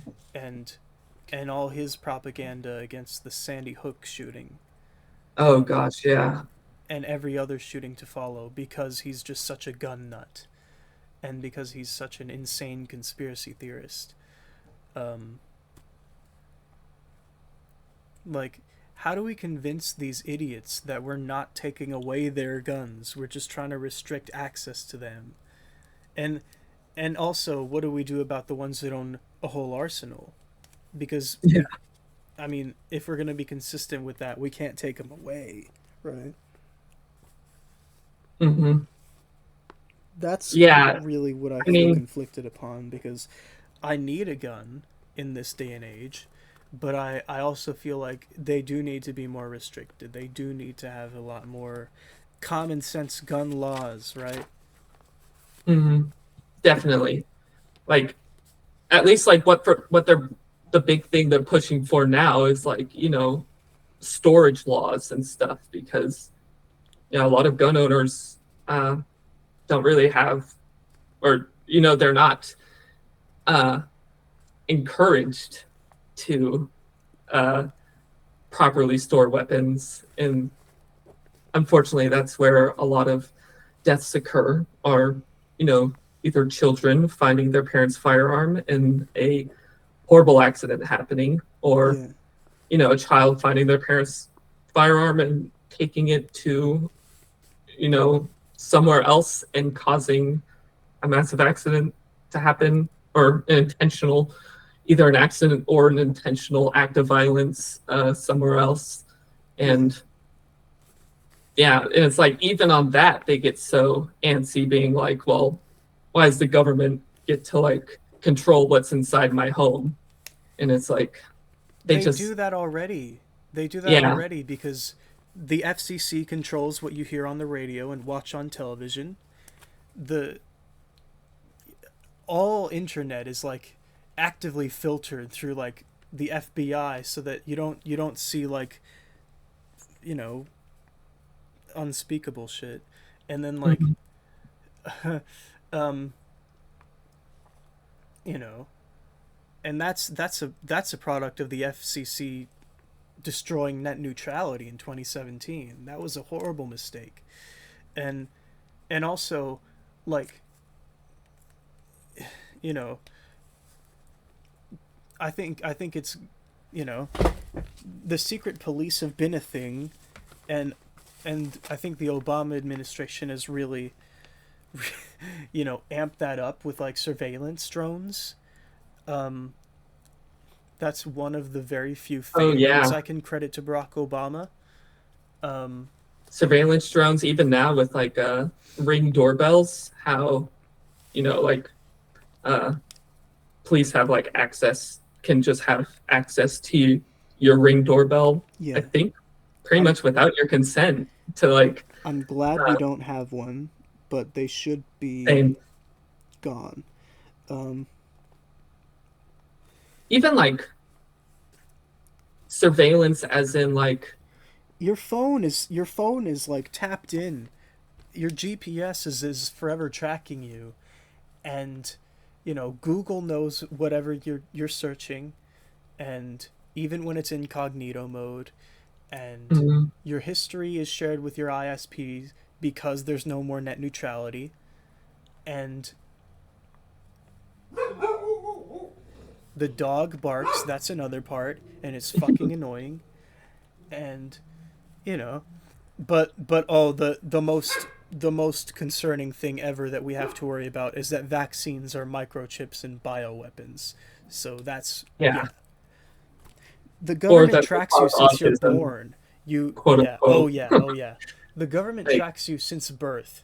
Even before that, you have to have your birth registered, and your birth certificate is filed through the government, right? So, and they have records on you. This is how they pick people for jury duty. Is they just have a record of every single citizen of yeah, whatever city that is. yeah, I mean, you have personal identifying numbers on Social multiple different Security forms of and IDs, like Medicaid your and driver's license. Yeah, credit social. cards. You're Mhm. on the grid no matter what you think. It's like they try to tell you, you're not just a number, but it's like, well, in certain circumstances, like to the government, I am. I'm one in, you know, the 300 plus million people that live in the United States. I'm one out of You're not even that. that You're number. less than that because you're trans and autistic. You're a True. second class citizen, you know, in two different Yeah. respects. And, Even then, there are a lot of benefits I still receive from, other circumstances. Like, I definitely fully acknowledge that I have white privilege, and that, yeah. I never had to have a bad confrontation because of, the color of my skin. And also, like, even with being trans, it's like in the eyes of certain people, I'm still my birth gender to those people. And so they're still going to treat me with the privilege that is assigned with that birth gender. And I kind of really resent the fact that I have white privilege because, first of all, I don't consider myself white. I'm mixed. It's just that I'm only a quarter Filipino. So the whiteness is the first thing people see about me. Yeah. And, it's I'm fortunate that all of my interactions with police officers were pleasant, but I don't see them, I don't respect police. I just I just think, okay, well, I'll be nice because I don't want to start any trouble. Um we're almost approaching 2 hours. Do you want to wrap it up almost? Yeah, we can wrap it up. Yeah. I mean, I'll finish my thought here. I'm just, white privilege is a bitch even for those who benefit from it because I grew up in a suburban middle class home. I was raised into Christianity. I've since abandoned that ideology, and Same. yeah, and the history curriculums that I was taught were whitewashed, to the point where I kind of see it as belittling Native Americans more than helping their cause. Helping their cause is actually accurately teaching history to a point that shows more empathy. Canada has a good idea of this. My research partner and a really good friend of mine, he's in Canada. He's had a Canadian public education system that has accurately informed him about Inuits and First Nations people. Hmm. And I just wish we were the same. Cause Yeah, colonialism is one of the greatest sins committed by humankind, in my opinion. yeah, Birthing back in the origin of humanity and that's big topic now with the conflict that's going on in Gaza and Israel oh is yeah, fuck you know Israel exactly. and Hamas. I can't. Yeah, That's just, you have to clarify the Hamas are a terrorist group, otherwise you sound like you're aiding with terrorists. that's true. Yeah, it's unfortunate that people want you to very specifically uh you Okay, know yeah, it doesn't look good either way because yeah, if you support Palestine, then you like terrorists and you hate Jews and you're an anti-Semite. That's the Dennis Prager narrative, I call it. yeah, which And is so, crazy because it just shows people don't know what Semitic means. right? And also, like, I don't know about you, but my two favorite authors are Mark Lewison and Michael Rosen. If those aren't Jews, I don't know who are. And then and then and that's not tokenist either. I don't believe there's a thing as tokenism. Yeah, Anyways, uh, but if you support Israel, you're aiding the genocide, which just isn't good. Um, this is what I think is going to cause us to lose the 2024 election. Joe Biden's not calling for a ceasefire. He's supporting Israel because his richest donors supported Israel and yeah. are guiding him in that way. Oh yeah, I mean, So, Israel is in itself like the 51st first state of America because like America was heavily involved with the creation of the nation of Israel and yeah.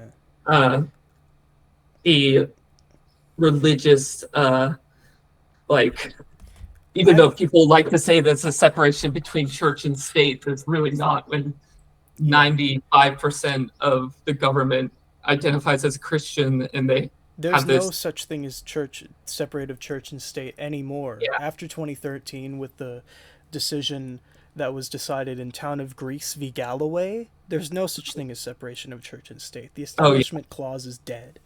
And so, but, you know, one headline that I read today, which is this is from The Advocate: Biden sacrifices LGBTQ plus pride flags at U.S. embassies to pass critical spending bill. I saw that too. Yeah. It's, yeah, that's like, okay, you lost the leftist vote. Good job, Sleepy Joe, to use a Donald Trumpism. You know, Yeah.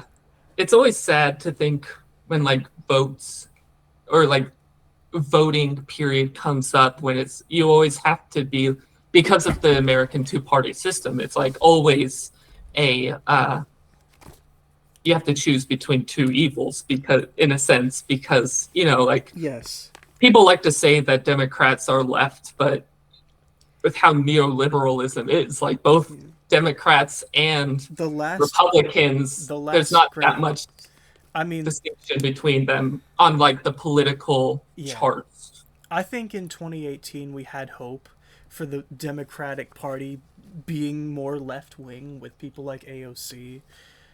Yeah, But, we haven't heard from AOC in a while, and Bernie yeah, Sanders is independent, so that's sad. But, I mean, I personally voted for Marianne Williamson in the general election because she has agreeable policies now. But I agree, it is a lesser of two evils situation. I did vote for Joe Biden in 2020. Not that I liked it, but yeah, a vote same. a vote for Biden is a vote against Trump, and that's very Because important for people to understand. Is yeah, that if you sit this election out, or if you spoil your ballot, or if you vote for Lavender Seacombe and Orchid Cherry like I should, and like everyone should, because they're cool, you're voting for Trump yeah, because it's wasting. It's a waste of your human life. I think voter apathy should lead to exiled people from the United States. I think people that's your civic duty. People should be forced to vote. And I think if they don't do it, they're going to get exiled. yeah, and it's sad too that a lot of I'm kidding, that but voter, yeah, but a lot of that voter voting apathy is attributed to the government having such a big control over how voting works, and they can control how you're supposed to vote on a work day, which is insane. They can't even make it a national holiday to vote so yeah. everyone can have the chance to leave work, because I know personally, like, I had struggles when I voted because I had to find a specific time to go out and vote. And, and they make it so confusing with districts because literally, like, I went to vote at one place and they were like, no, you have to go to this place 1.5 miles away because that's your district. They're like, if you vote here, it will be it might not be considered because it's like outside of your district. And it's like, Yeah. that's just so insane that they make it so difficult to vote when, and I mean, I'm glad I didn't have to deal with any of that because I yeah, don't work and I have a lot of time on my hands. But this is the same issue that I have with the city council meetings here in Abilene because mhm, they always happen very early on Thursday mornings when everyone's working. So the only people that show up are the far right Christian nationalists who have too much time on their hands, and yeah, myself who has too much time on their hands. So basically, and I stopped going because there's no hope left. Nothing's gonna change. I talked to the mayor once, and he basically admitted to me that change is slow in Abilene to protect the taxpayers. And I was like, and I was, I couldn't say it to him, but I was thinking, what about me? You know, like I don't pay taxes because my income is so low, because of SSI and stuff. hmm, Um, am I right? Am I gonna get the IRS knocking on my door? probably not. Uh, Okay. But yeah, I mean, it's like, what about us? We're second class citizens, I guess. And I mean, I do pay tax. I do. Every time I pay for like Yeah, a 99-cent thing, there's always 7 cents tacked on, and I always pay that. You know, yeah, it's not like I'm avoiding tax, consciously. It's just like I don't have to do anything about it because my income rate is so low. It's like on a certain margin you have to. I'm not a law expert or anything, but you know, that's just what I know about it, and that's what many yeah, people have confirmed to me.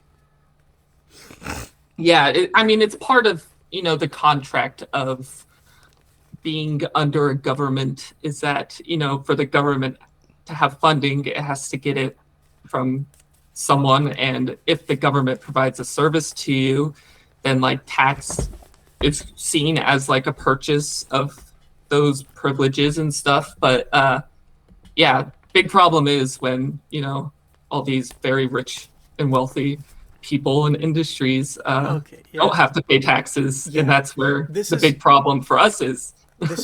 this is my most conservative viewpoint. Is I think we shouldn't have taxes anymore. Um, but I also think that's not pragmatic at all.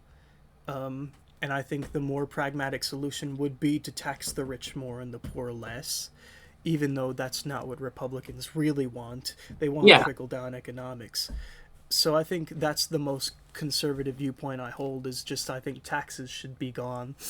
But then again, I think the dollar should be abolished, and I think we should go back to giving people resources that need it. yeah. So I that's a mean, radical opinion these days. idea like I'm very much like an idealist, and I dream Same. for one day having this utopia of like of community run government and like practices of like communism of like from each according to their ability to each according to their need. Mm-hmm. And eventually if you get to that state, taxes wouldn't really be a thing. uh Private property wouldn't really be a thing. Money hoarding, coveting, whatever you call it, wouldn't be a thing. And even though it's a very you know idealist point of view, there was always hope I can hold on to that maybe we can lead to some small change that gets us that much closer to that advanced society. Because it's like, I mean, the US likes to call a lot of other countries third world, but the US is kind of a third world country with the costume of a first world country on top. Yeah.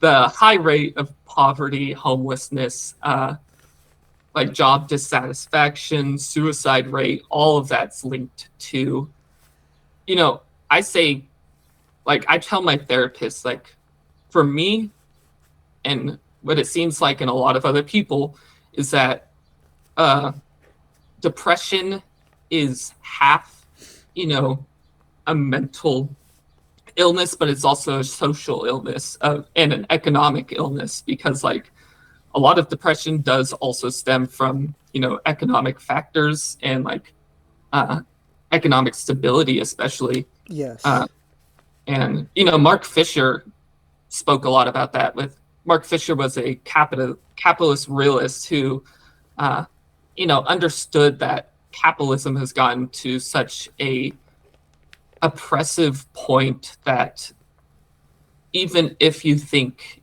you've escaped it, you're always influenced by it in your actions. And unfortunately, uh, Mark Fisher did commit suicide, and a lot of people speculate that was due to his beliefs that the only way you can truly escape capitalism is death.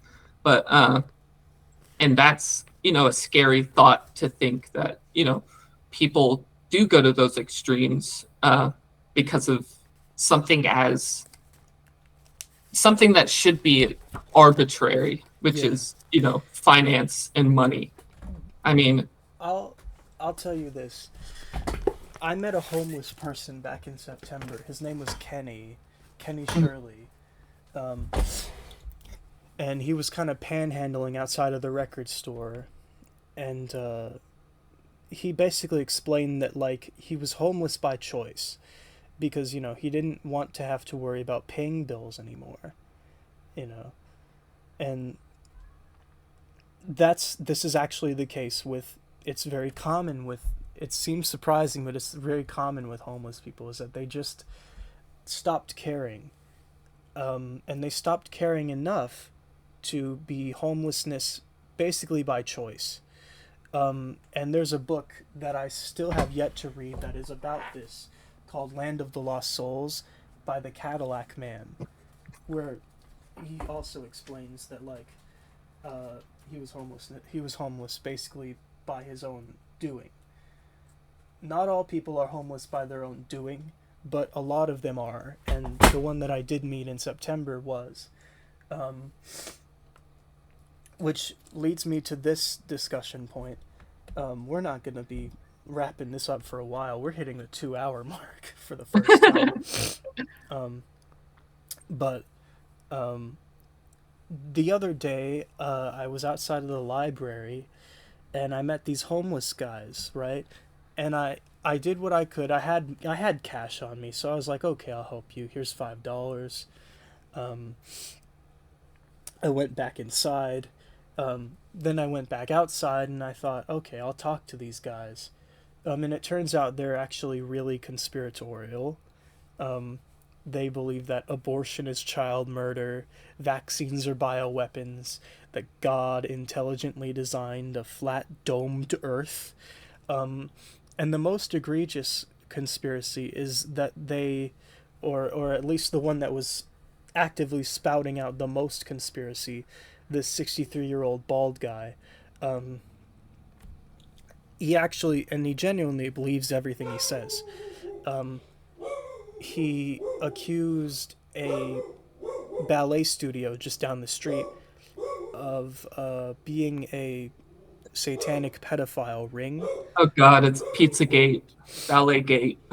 Yeah. So yesterday I actually called them to inform them of this. I just left them a voicemail. I don't think they'll get back to me. But it is serious, and Yeah, be like, hey, this guy's saying this stuff. It's pretty scary. Just be safe. Like, it was kind of that. But I mean, I also asked them if they could. This is also it's seemingly weird, but I'll get to why I'm doing this in a minute. I kind of asked them, hey, would you be able to write a note that I can slip in this bag and give it to the homeless person? Because what I want to do is I think it would be more rewarding, instead of disregarding their lives entirely, it would be more rewarding to give them food and resources, educational pamphlets. Abortion isn't child murder. Vaccines aren't bioweapons. And an official note from the ballet studio down the street that says basically, hey, we're not a satanic pedophile ring. Please stop. Get off your high horse and whatnot. But they haven't gotten back to me, so I'm not holding out for that. But I told a friend of mine this, and, I feel really conflicted about homeless people. Because on one hand, I want to help them, but on the other hand, they don't want to help me or my cause because I'm in this satanic LGBT community, right? So they're biting the hand that's feeding them, and I don't appreciate it, but I'll keep fighting for their cause anyway because it's still a class struggle, and I don't want to contribute to more infighting within the working and lower class, So yeah, and Republicans in the government spout so much about even now with I believe, was it Louisiana or Alabama? I forget which state exactly. They've even declared that frozen embryos are considered human life.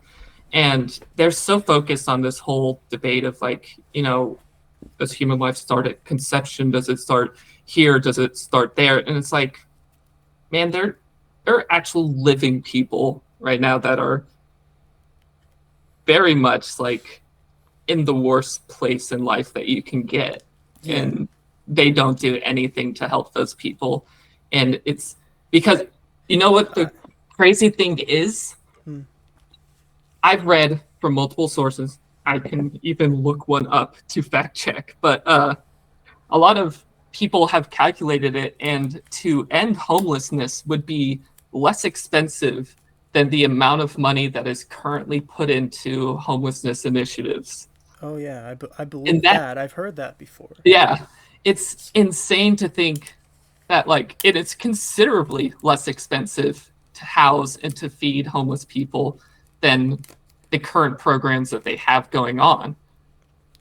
It's just Yeah. Well, so, all they have to do is abolish the fucking dollar and it'll be done with because there'll be no more homelessness and there'll be no more money to worry about.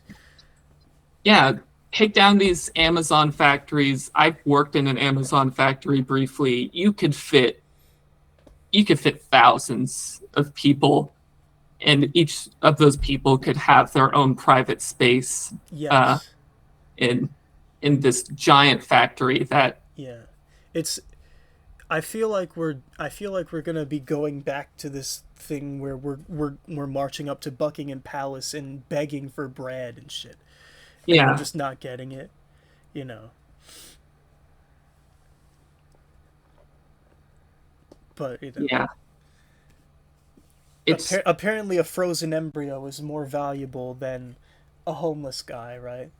mhm, yeah, and yeah, they come from all walks of life, and there's so many different experiences you can have and stories you can hear from individuals who are houseless, and Yeah.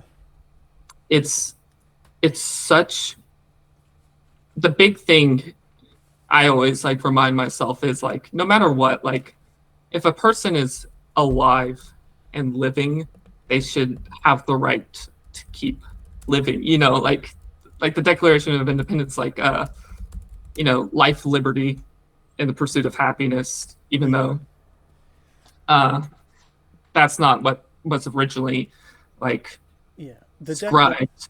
I uh I mean the Declaration of Independence wasn't the law. The Constitution yeah, is the law. but I But definitely value that sentiment of at least yes. life and liberty, in uh the sense of actual damaging and violent like crimes should be uh not punished. I'm when it comes to prisons, I have a lot of empathy for prisoners and for convicts and ex-convicts, because there's a lot of uh there's well, one, it's the prison industrial system or complex is part of a very uh still life form of like Jim Crow, Yeah. and the The drug to prison to homeless pipeline is as strong as ever nowadays, and it is so sad to see. And yeah. it's even more sad to see that so many people take a stance of purely punitive instead of rehabilitative, because there's so many countries that have taken more of a rehabilitative approach to criminal justice, and it has shown significantly better results than anything that we've done for Yeah. prisons in the US. And we're I'll just gonna, yeah, I'll tell you this. I think the problem is more private prisons than just prisons. Um because you have to remember that there are murderers, rapists, pedophiles, and actual violent people that deserve to be yeah, locked up forever. So where else you're going to put them but a prison? The real problem is uh, not violent. I mean, non-violent drug offenders shouldn't be imprisoned, you know. And private prisons are a plague, a scourge on American soil, but they yeah, exist everywhere. So there's not really much we can do about them except ruminate on how much we hate that they exist. Yeah, my favorite movie's about a private prison, Shawshank Redemption. Yeah. It's I my favorite Stephen King stories, and funnily enough, my favorite two films are both about the prison industrial complex. Oh, you know I what's funny? very Um, admirable the way that yeah. You know what's Stephen King humanized prisoners. Sorry, do, go do ahead. you know what's funny? During that Blue October so-called interview, which is really just my questions compiled, um, I asked Blue October for some movie recommendations, and Ryan suggested the Shawshank Redemption. So that's something that you'll probably enjoy seeing in the next edition of the zine. Yes, I have seen that movie 1,000 times. It is 100% my favorite movie of all time. I think this is I can't even say it. It's like rolling up my tongue. Cinematography in that movie is amazing. The score, beautiful. The acting by uh, Tim Robbins, Mm, Morgan Freeman, just great actors. Clancy Brown Great does actors. an amazing job in it. Uh, it's just I still a haven't seen beautiful it, movie. but I will. But yeah, And after you watch the movie, I also definitely recommend reading the novella that is based on it. The novella is called Rita Hayworth and the Shawshank Redemption. Uh, it's very short. mhm. It'll take only like a couple hours to read, but it's the movie's in a lot of ways is kind of like a very good adaptation, as in like a lot of the events that occur in the book happen in the same order and Yeah, the same presentation in the movie. But there are a lot of parts in the novella that are very interesting that unfortunately couldn't have been included in a hmm 2 hour film. I'll talk about how I feel about movies based on books in a minute, but I do want to kind of say about homelessness. Just one last thing.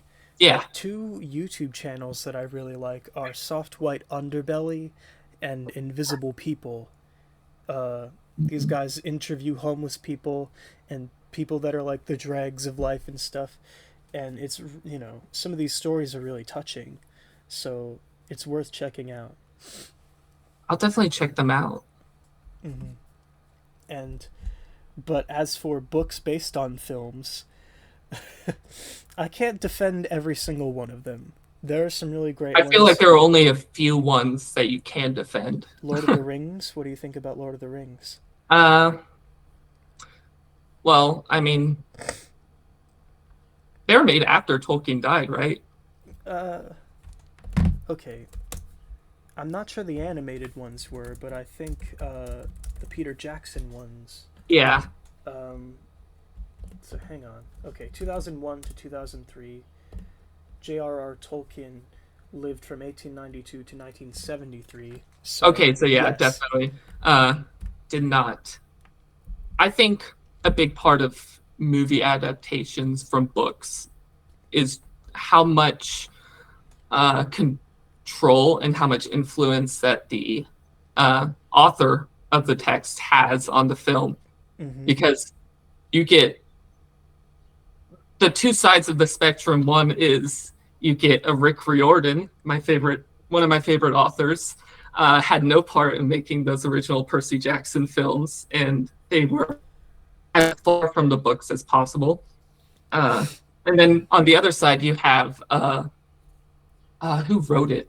The Outsiders, written by, I forget the author's name, which is one of the best book to film adaptations because the author of the book was there during the whole Mm-hmm. production of the film, and they had so much creative influence in the film that it's Yeah. Okay. Well, have you read Ender's Game by yeah. Orson Scott Card? Have you seen the film of Ender's Game? Yes, I have. It's uh, I'll let me tell you my opinion about Ender's Game because that was a film that Orson Scott Card was directly involved in. and I wrote a thing about it, a whole spiel about it when I watched it for the first time in like September or October or whenever. I'll find it. Hang on. Uh, this is from October 26, 2023, and I'll just read it in full. Some written oh, and by the way, this is going to be spoilers for Ender's Game. Some written details are lost in translating Ender's Game to the big screen. A lot of the original nuances and subtleties that made the novel so great for me were made obvious in the film. A noticeable example of this is the scene where Ender first gets promoted to Salamander Army.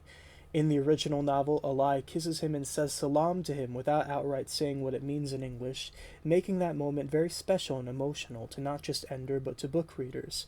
Here in the film, Eli says the whole phrase, Assalamu alaikum, and then offers its English meaning, which seems to me like, it's a part of the story, just get it over with so we can move on to introducing the female love interest. As for things they pointlessly changed, I am right in remembering Bean was introduced later in the novel than he is in the film, as soon as Ender and Eli become launchies, which makes it a bit weird to me, as if to place the release of Sergeant Pepper before Rubber Soul. The battles are relentless and take a psychological toll on Ender in the novel, even before he becomes commander of Dragon Army. In the film, I only counted 2 before he goes to command school. Also, Peter is the one to show up in a mirror in Ender's fantasy game in the original novel, but Valentine shows up first in the film, followed by Ender himself manifesting in human form, and then Peter in the mirror. I am also quite saddened that the subplot in which Valentine and Peter become anonymous philosophers on the net, as Demosthenes and Locke, is eschewed entirely. Worst of all, the ending, in which Ender and Valentine spend the rest of their natural lives on the alien planet, is removed. The film ends on an embarrassingly confusing cliffhanger. The film otherwise follows every basic plot beat of the original novel, and it's well made, and I didn't hate it. The CG graphics for the fantasy game look cool. However, the film is also a brilliant example of tell, don't show, or otherwise communicate in any intelligent manner, and is why I think marketing these films based on well-written novels to lowest common denominator filmgoers is a plague upon the art of film. Plus, the Inception-esque sound design of this film is painfully generic to listen to, but also exactly what I expected from a neon lights and dark spaces sci-fi film from the 2010s. I know that 2 hours can't possibly be enough time to process the amount of information contained in a 324-page novel, so it has to be condensed to a degree, but I felt like the film would be confusing to anyone who hasn't read the novel first. If it were a standalone film that wasn't based on anything, it would be serviceable, but given my familiarity with the source material, and knowing how the story is supposed to go, and then seeing what they took out of it in this film, it's jarring and unsubstantial. There's no sense of feeling that Ender is getting any older. He starts the novel as a 6-year-old, but he can't be any younger than 10 at the start of the movie, and he kind of just lives out the basic story in a month or so. The novel, meanwhile, being as lengthy as it is, makes those harrowing few years of his life last an appropriately long time. The film version of Ender's Game comes off to me as an adequate fan project, rather than an official adaptation. What do you think about Ender's Game? I agree with a lot of what you're saying. I have a very interesting take, I think, on young adult fiction and its adaptation, or young adult fiction itself in book form, and then therefore its adaptation into film form. First off, with young adult fiction, it's always so hard to get it right, because it's like, well, it's like in Ender's Game, he had to make the kids intelligent, because otherwise, like, normal kids at the age of 6 Yeah. were probably not having as complex as thoughts But then as they an adult man writing as Ender, which but is that was directly addressed valid. in the book. Like, this isn't what childhood's supposed to be, is it? Yeah, exactly. And that was And just ignored in the film.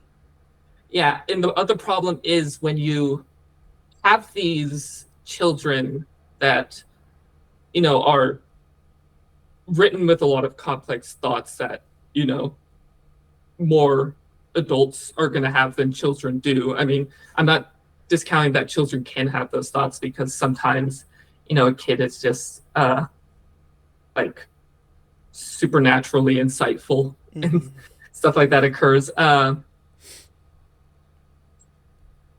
say another piece in a second, but just put a pin in that in my head. But the problem is too, when you adapt it to film, is if they're kids in the book, you're going to have to use child actors. And one, there's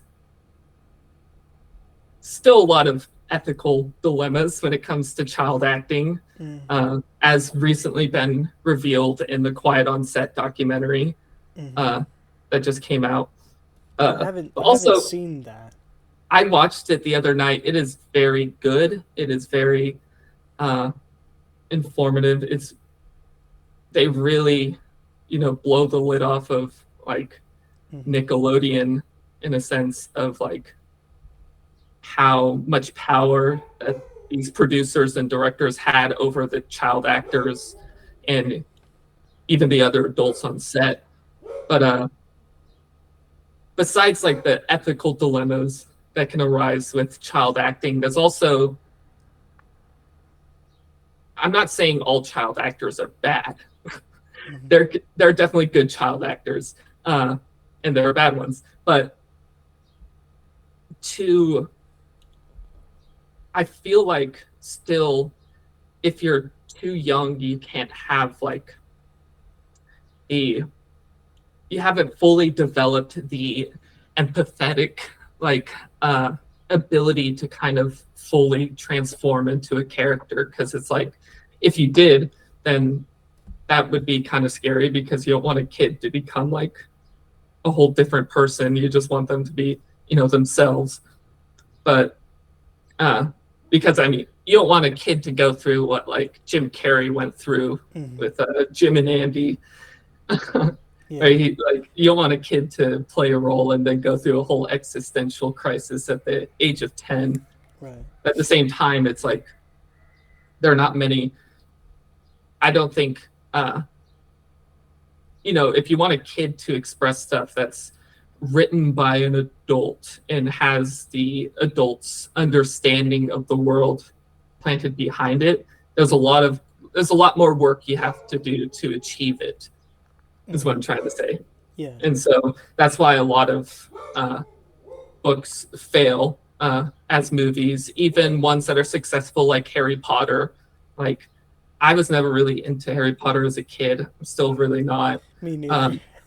But even when I did watch the movies, to an extent, the characters feel real in the frame of the movie, but still there's so much like that can't translate into film that causes it to not be very good. Like the Hunger Games films, how like most of the book takes place in Katniss Everdeen's head, but like in the movie you can't really present that. So you either have to present that in Jennifer Lawrence just staring at something for 30 seconds and then doing something, or you have to present that in a way of like other people speculating on what the character's thinking out aloud, and it just so happens to be correct. Like,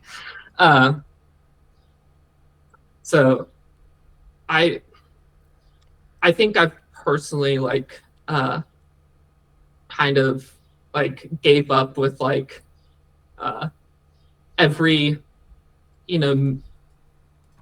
adaptation of a young adult novel is going to be flawed to some extent, some more so than others. I was thinking about like I was reading, well, audiobooks count as reading. I was reading 100%. I was reading Everlost by Neil Shusterman, and I was thinking, okay, how come no one's done a movie on this yet? And actually, more I think about it, I'm glad no one's done a movie about this, because it would just be fucked up. It came out in 2006. It would have been the perfect setting for something like that to be on Nickelodeon movies or whatever. And to be like, you know, like a Lemony Snicket kind of thing. I was Yeah. envisioning kind of that kind of thing. That, but but I'm glad it never happened because it would have just been fucked. So what I want to do is when I get time and when I'm open, and I want to buy the film rights of Everlost and Heck yeah. collaborate with Neil Shusterman, and I want to start doing things that, you know, just like the book. Like Hmm. it'll be completely based on the book. The script, no changes. It's a perfect story. Um, and you know, of course, then you might think, what's the incentive to watch a film if it's just like the book? You know, because it's a good story. You know, why would you want to read Mark Lewison's 3-part biography about the Beatles if you already know about the Beatles? Because there's more detail and it's a good enough story. You know. Yeah. Um, and there's also the aspect of young adult uh, book to film adaptation, to where with a lot of young adult books that represent something, I guess, a bit more conceptual than like just the characters themselves going on like an adventure or doing something. Once you get more into the complex thoughts, that's a lot less marketable. Yeah. And so sometimes you have to give the characters more of a rounded character than they had in the book. And I'm speaking specifically about like books like The Giver, where like in the book, uh, I mean, The Giver, the book is not really about the characters; it's about the concepts of in like the world that inhabits of like giving all of humanity's passing on all of humanity's memories of good and bad things to other people, down like to one person, and like the society that is formed by doing that. uh uh YouTuber Big Joel, Mm-hmm. uh one of my favorite YouTubers, he has a very good video on it because he loves the book The Yeah. Giver, and so he does a very good uh video about like breaking down exactly how butchered the film is compared to the novel. And I think that's also partly kind of what went into Ender's Game as well, because Ender's Game, besides being like, following the life of, young Ender, is there's so much like uh conceptual stuff planted into it that like if you want to make a kids movie specifically marketed to kids, it's a lot more difficult to fully implement that into the film. Mm-hmm.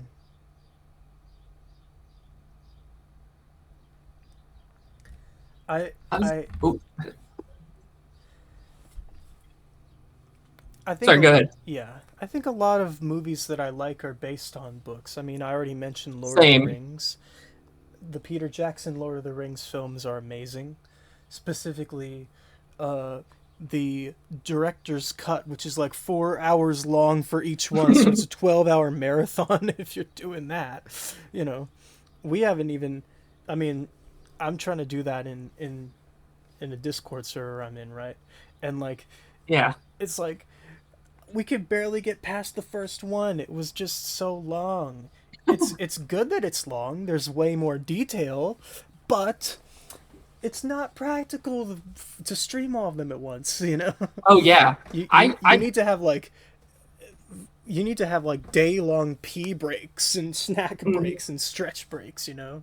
yeah, I firmly believe that uh books there's in a lot of ways books can't make good films because there's so much content or content Context, in context context, in or yeah, books. both really. uh yeah, in books that you can't translate to film, especially if it's going to be anything under 6 to 10 hours. Mm-hmm.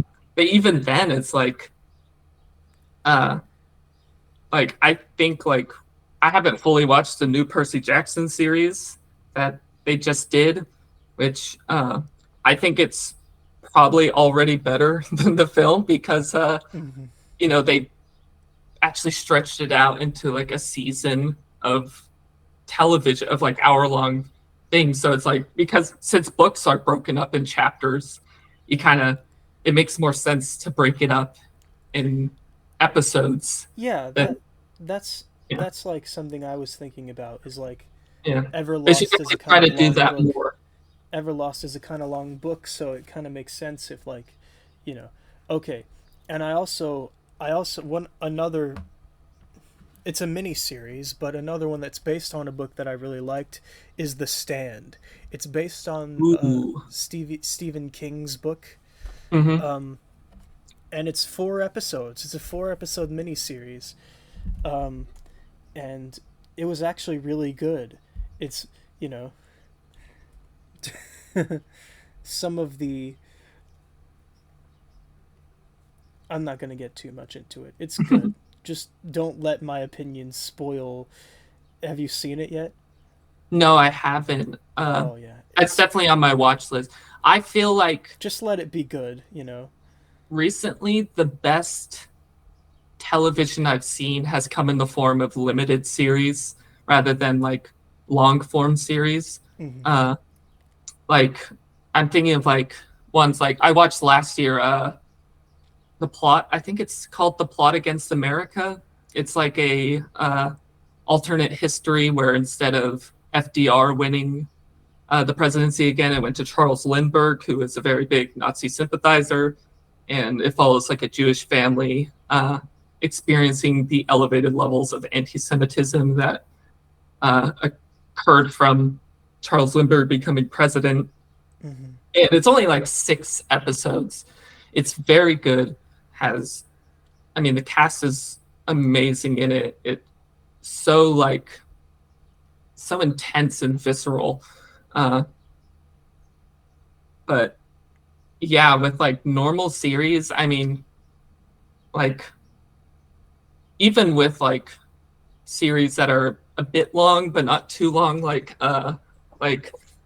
say like Better Call Saul or Breaking Bad, both of which I love. Hmm. Uh, but like the nice thing about Vince Gilligan is he knows where it's going and he knows when it ends.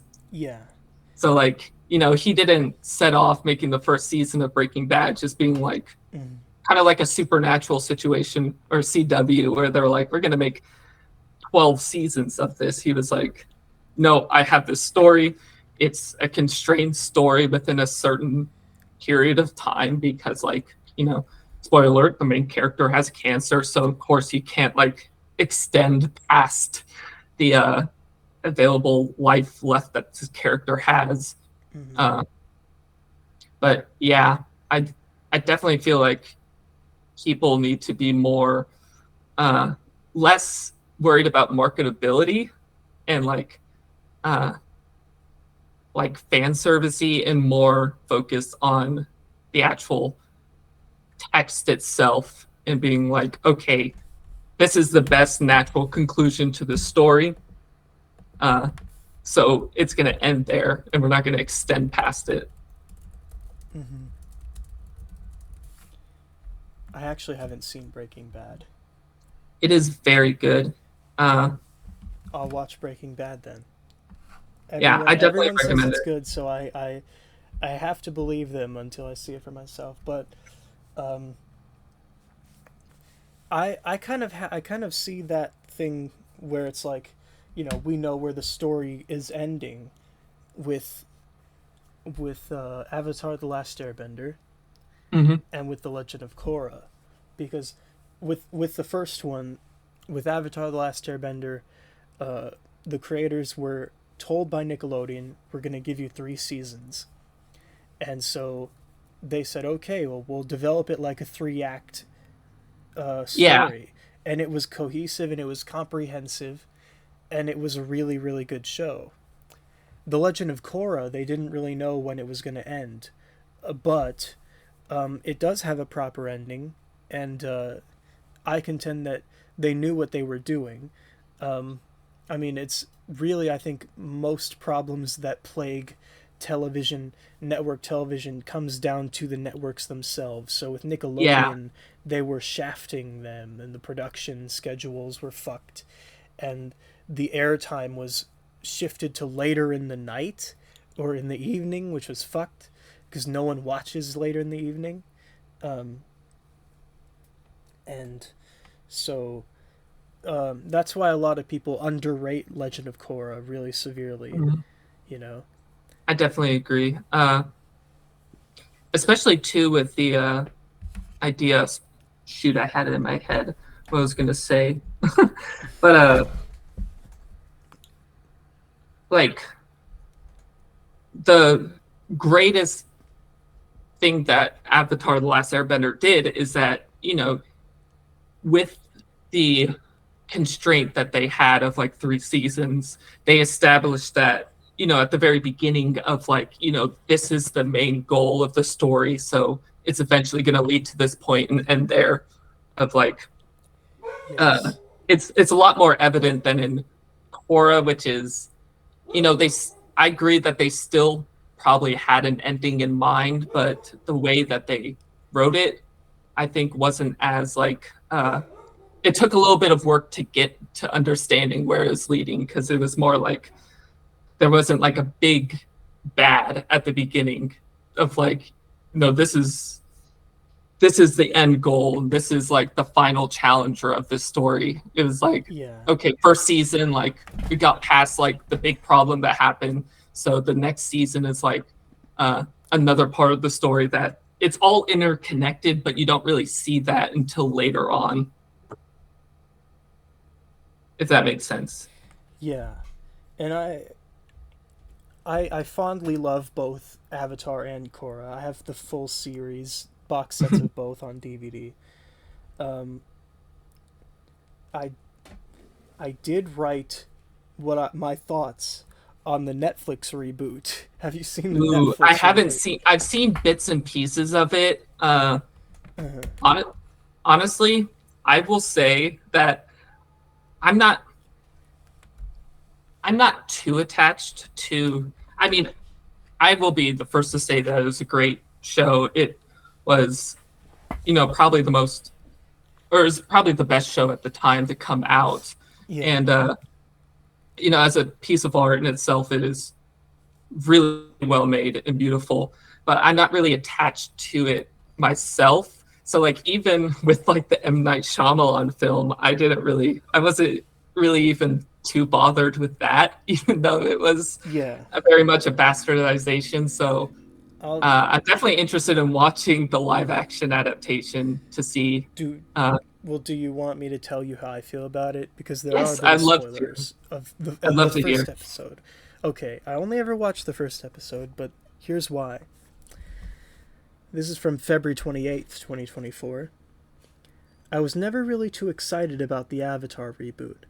I remember in 2022 reading that Michael Dante DiMartino and Brian Konietzko had stepped away from the production of this reboot due to what were cited at the time as creative differences, and that kind of worried me at the time. But I watched episode 1. It started out pretty good. I think there were some really rich production values, and it looks really good on the surface. Then I started seeing signs of our old pal Tell Not Show. A lot of the exposition in regards to the Air Nomad genocide comes from Gran Gran's monologue. It's so cliche and unnecessary. If this is how Aang finds out about the genocide, it's just not as impactful. In the 2005 series, seeing the effects of the genocide firsthand really impacted Aang and emotionally scarred him. I feel like in the 2024 version, it's just a bit of mildly depressing news and nothing more. There's no indicator that Katara's first scene takes place 100 years later than the Fire Nation attack. No caption, nothing. It's not until a couple lines of dialogue.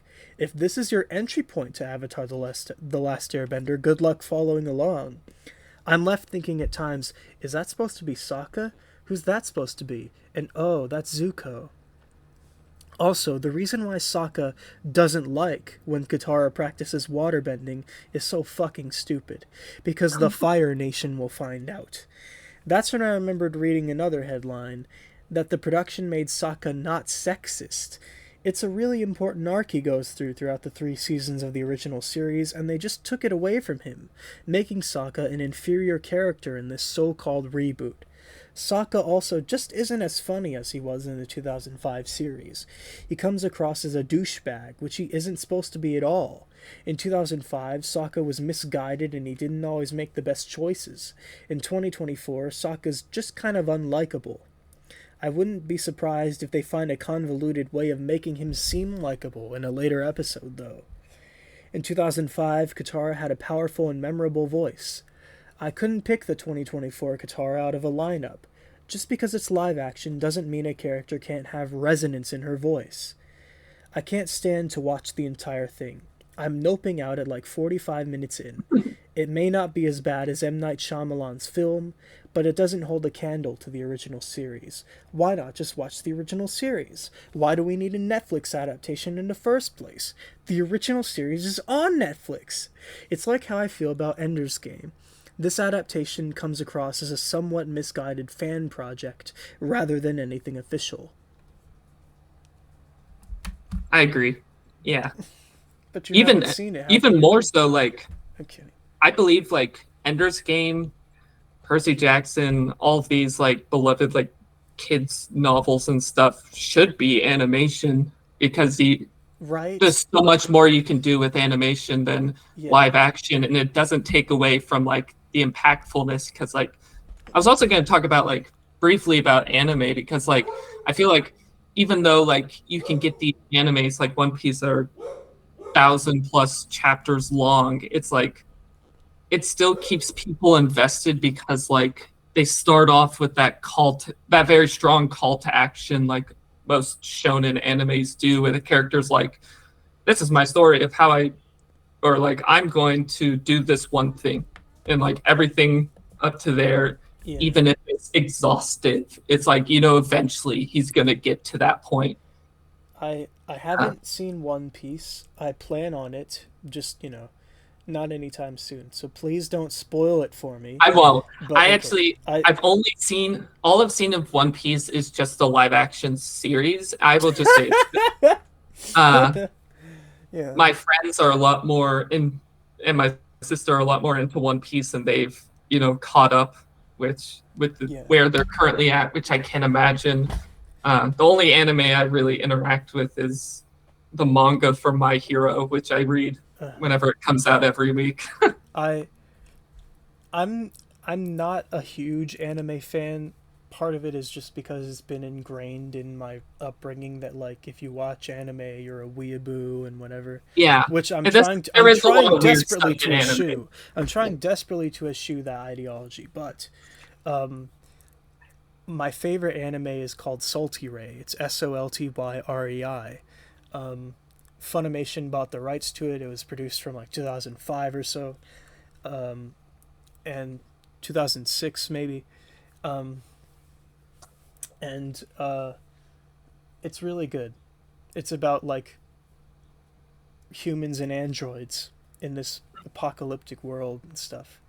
It's really good. I really enjoyed that, and I probably enjoyed it most because I found the DVDs at the record store. But go ahead. I also have fond memories with the Pokemon anime and the Yu-Gi-Oh anime, but that's neither here nor there. I was gonna say, on the topic of film adaptation, or going back to film adaptations, there's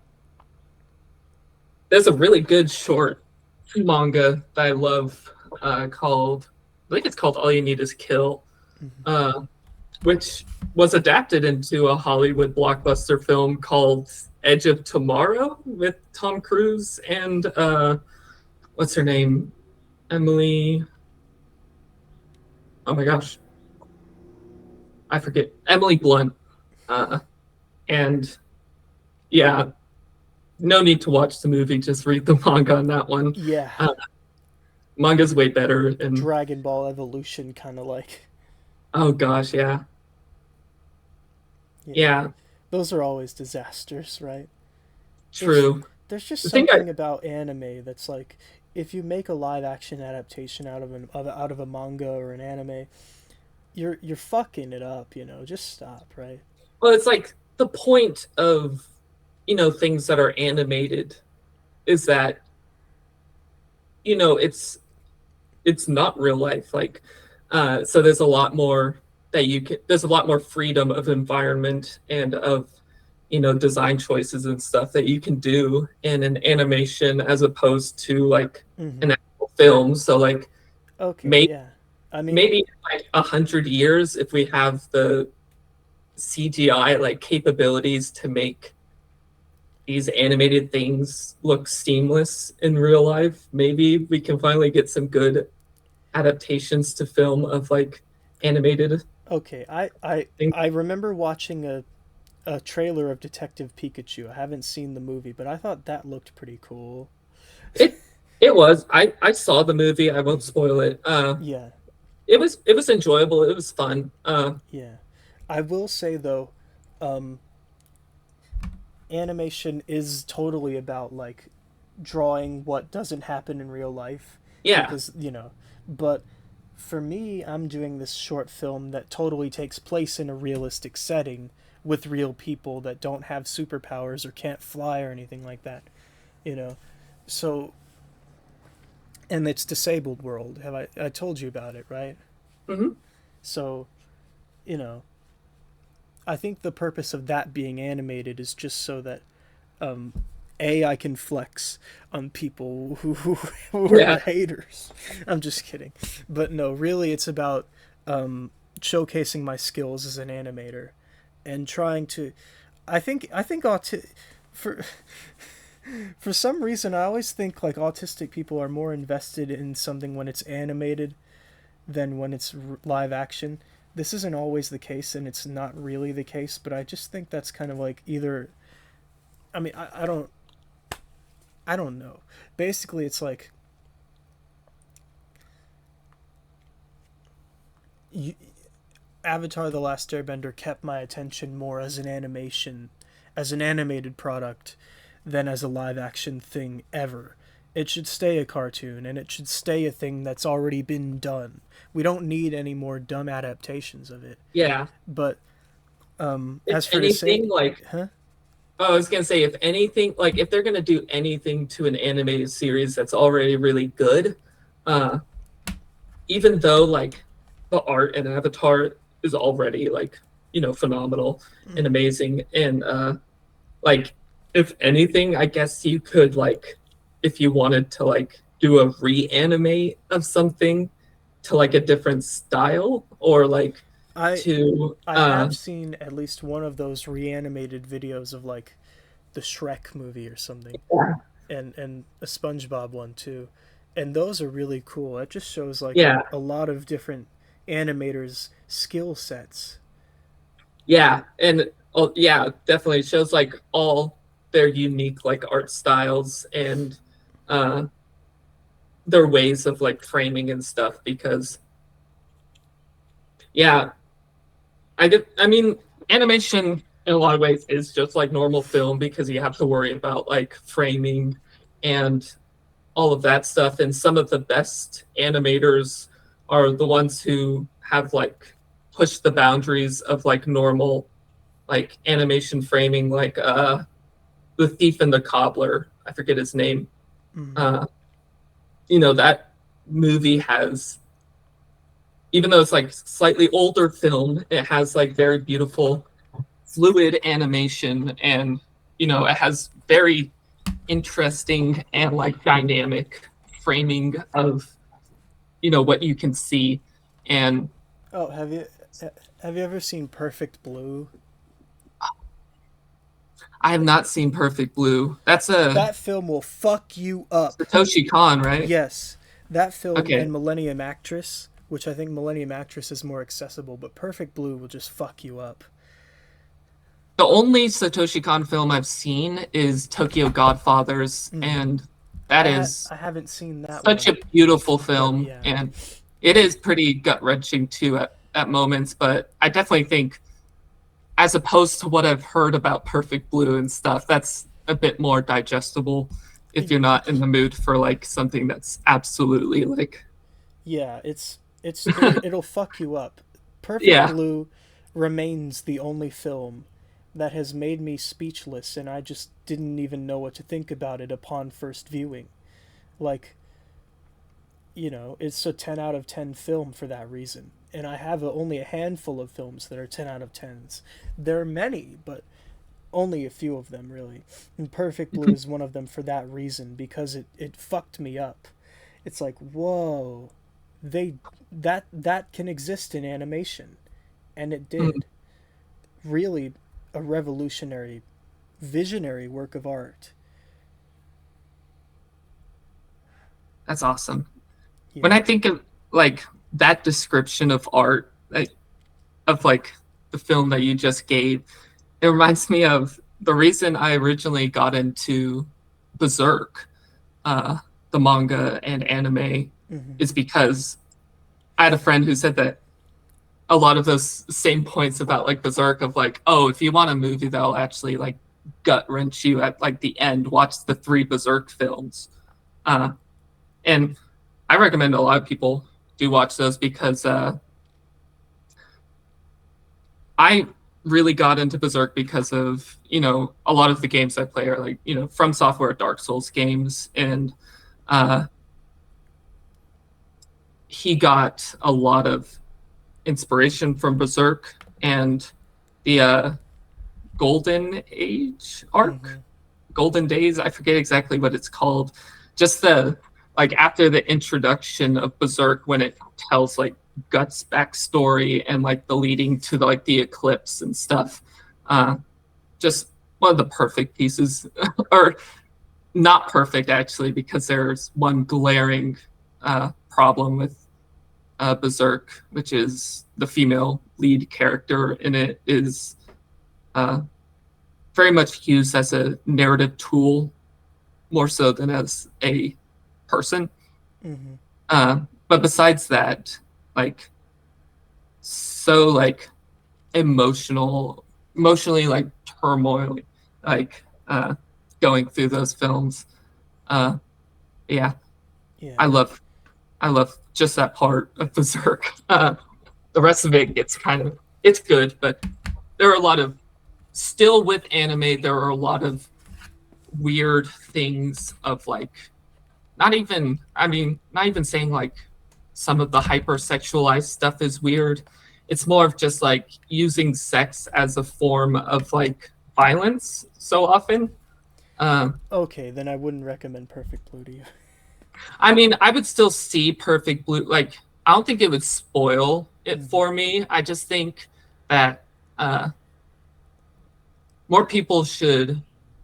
Uh, I feel like a lot of people don't understand it going into like films, and they just see because like one of my other favorite films is very controversial for the same reason. Uh, One of my favorite films is A Clockwork Orange, and I agree. there's That film very will fuck you infamous, up. very infamous sexual assault scenes in the movie, but Yeah. it's part of the character. It's It serves a unfortunately purpose, right? used as a narrative tool, but it has more purpose than like a lot of problem with Right. like a lot of like horror films from the 2000s. It's like they're gonna be like, oh, this guy's gonna, oh, like he's the bad guy because he sexually assaults the female lead, and Mm-hmm. it's like there's so many other things he could have done to be established as the bad guy, but like Yeah. with a very hyper specific character like Alex uh, from A Clockwork Orange, it unfortunately had to be portrayed in order to like get the point of the novel across that like uh,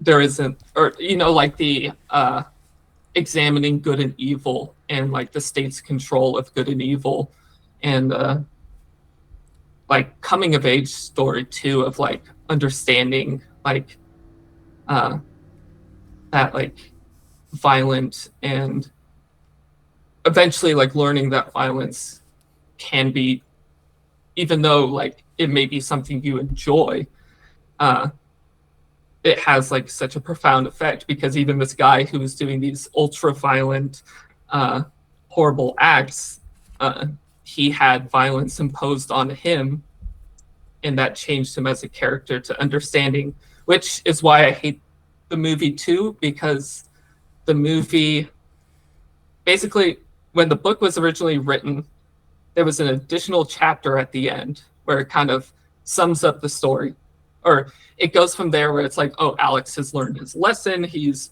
moved on with life, he's growing as a character and stuff. But then when the book was published in the US, they cut out that final chapter.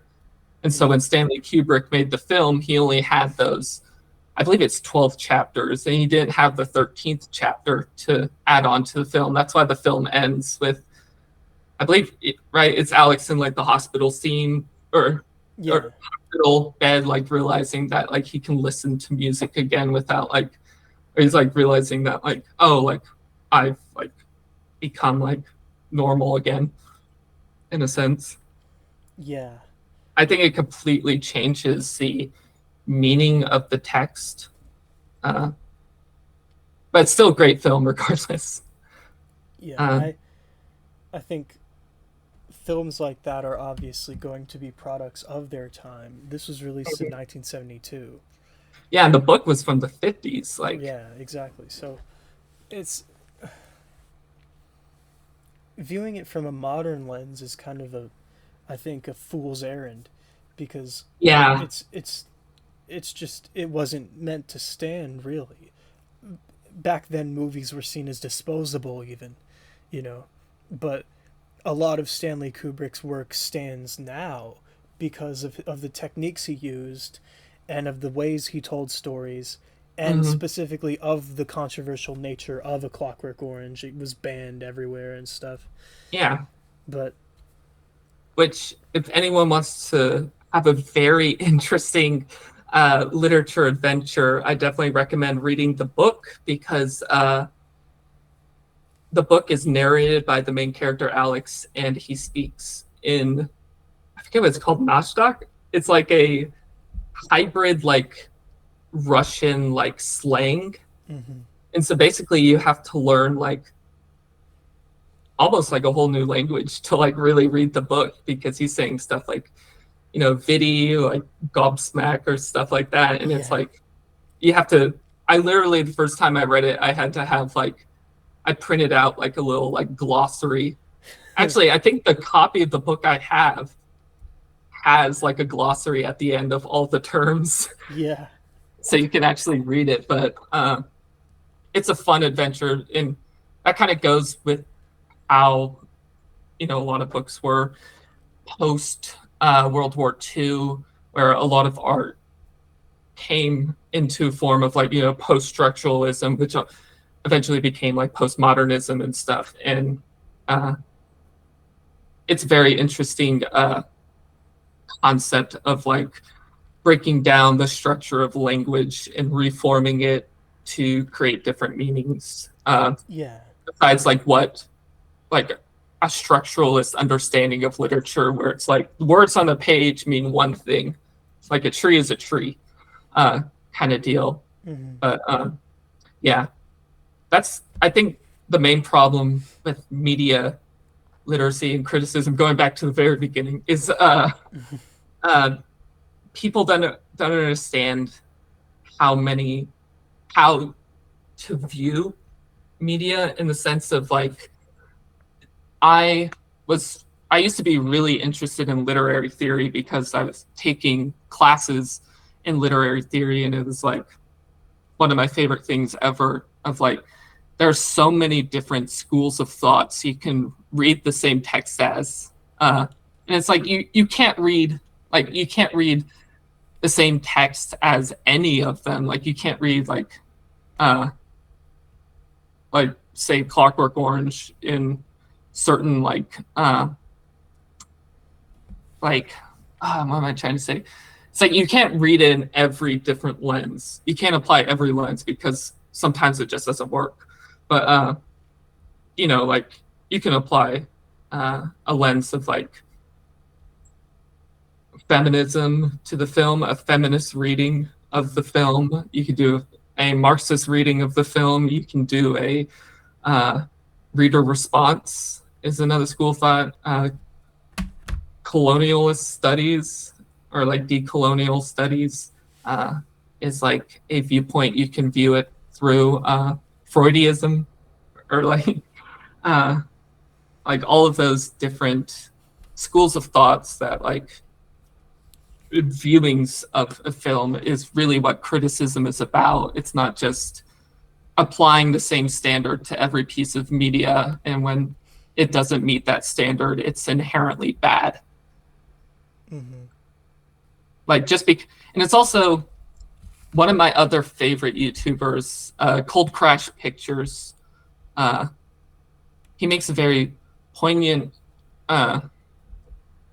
like criticism of film culture, and I believe the video is about the movie Overboard, and it's also about Seven Brides for Seven Brothers, and it's about like, and he goes towards the end, he talks about like how to like a film, you don't have to inherently like the message of the film or the interpretations that can come from these readings of the film.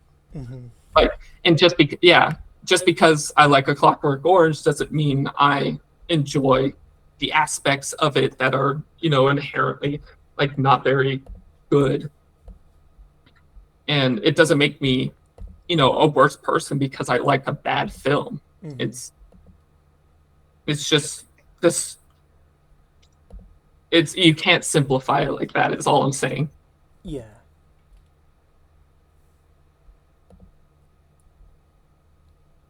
Yeah.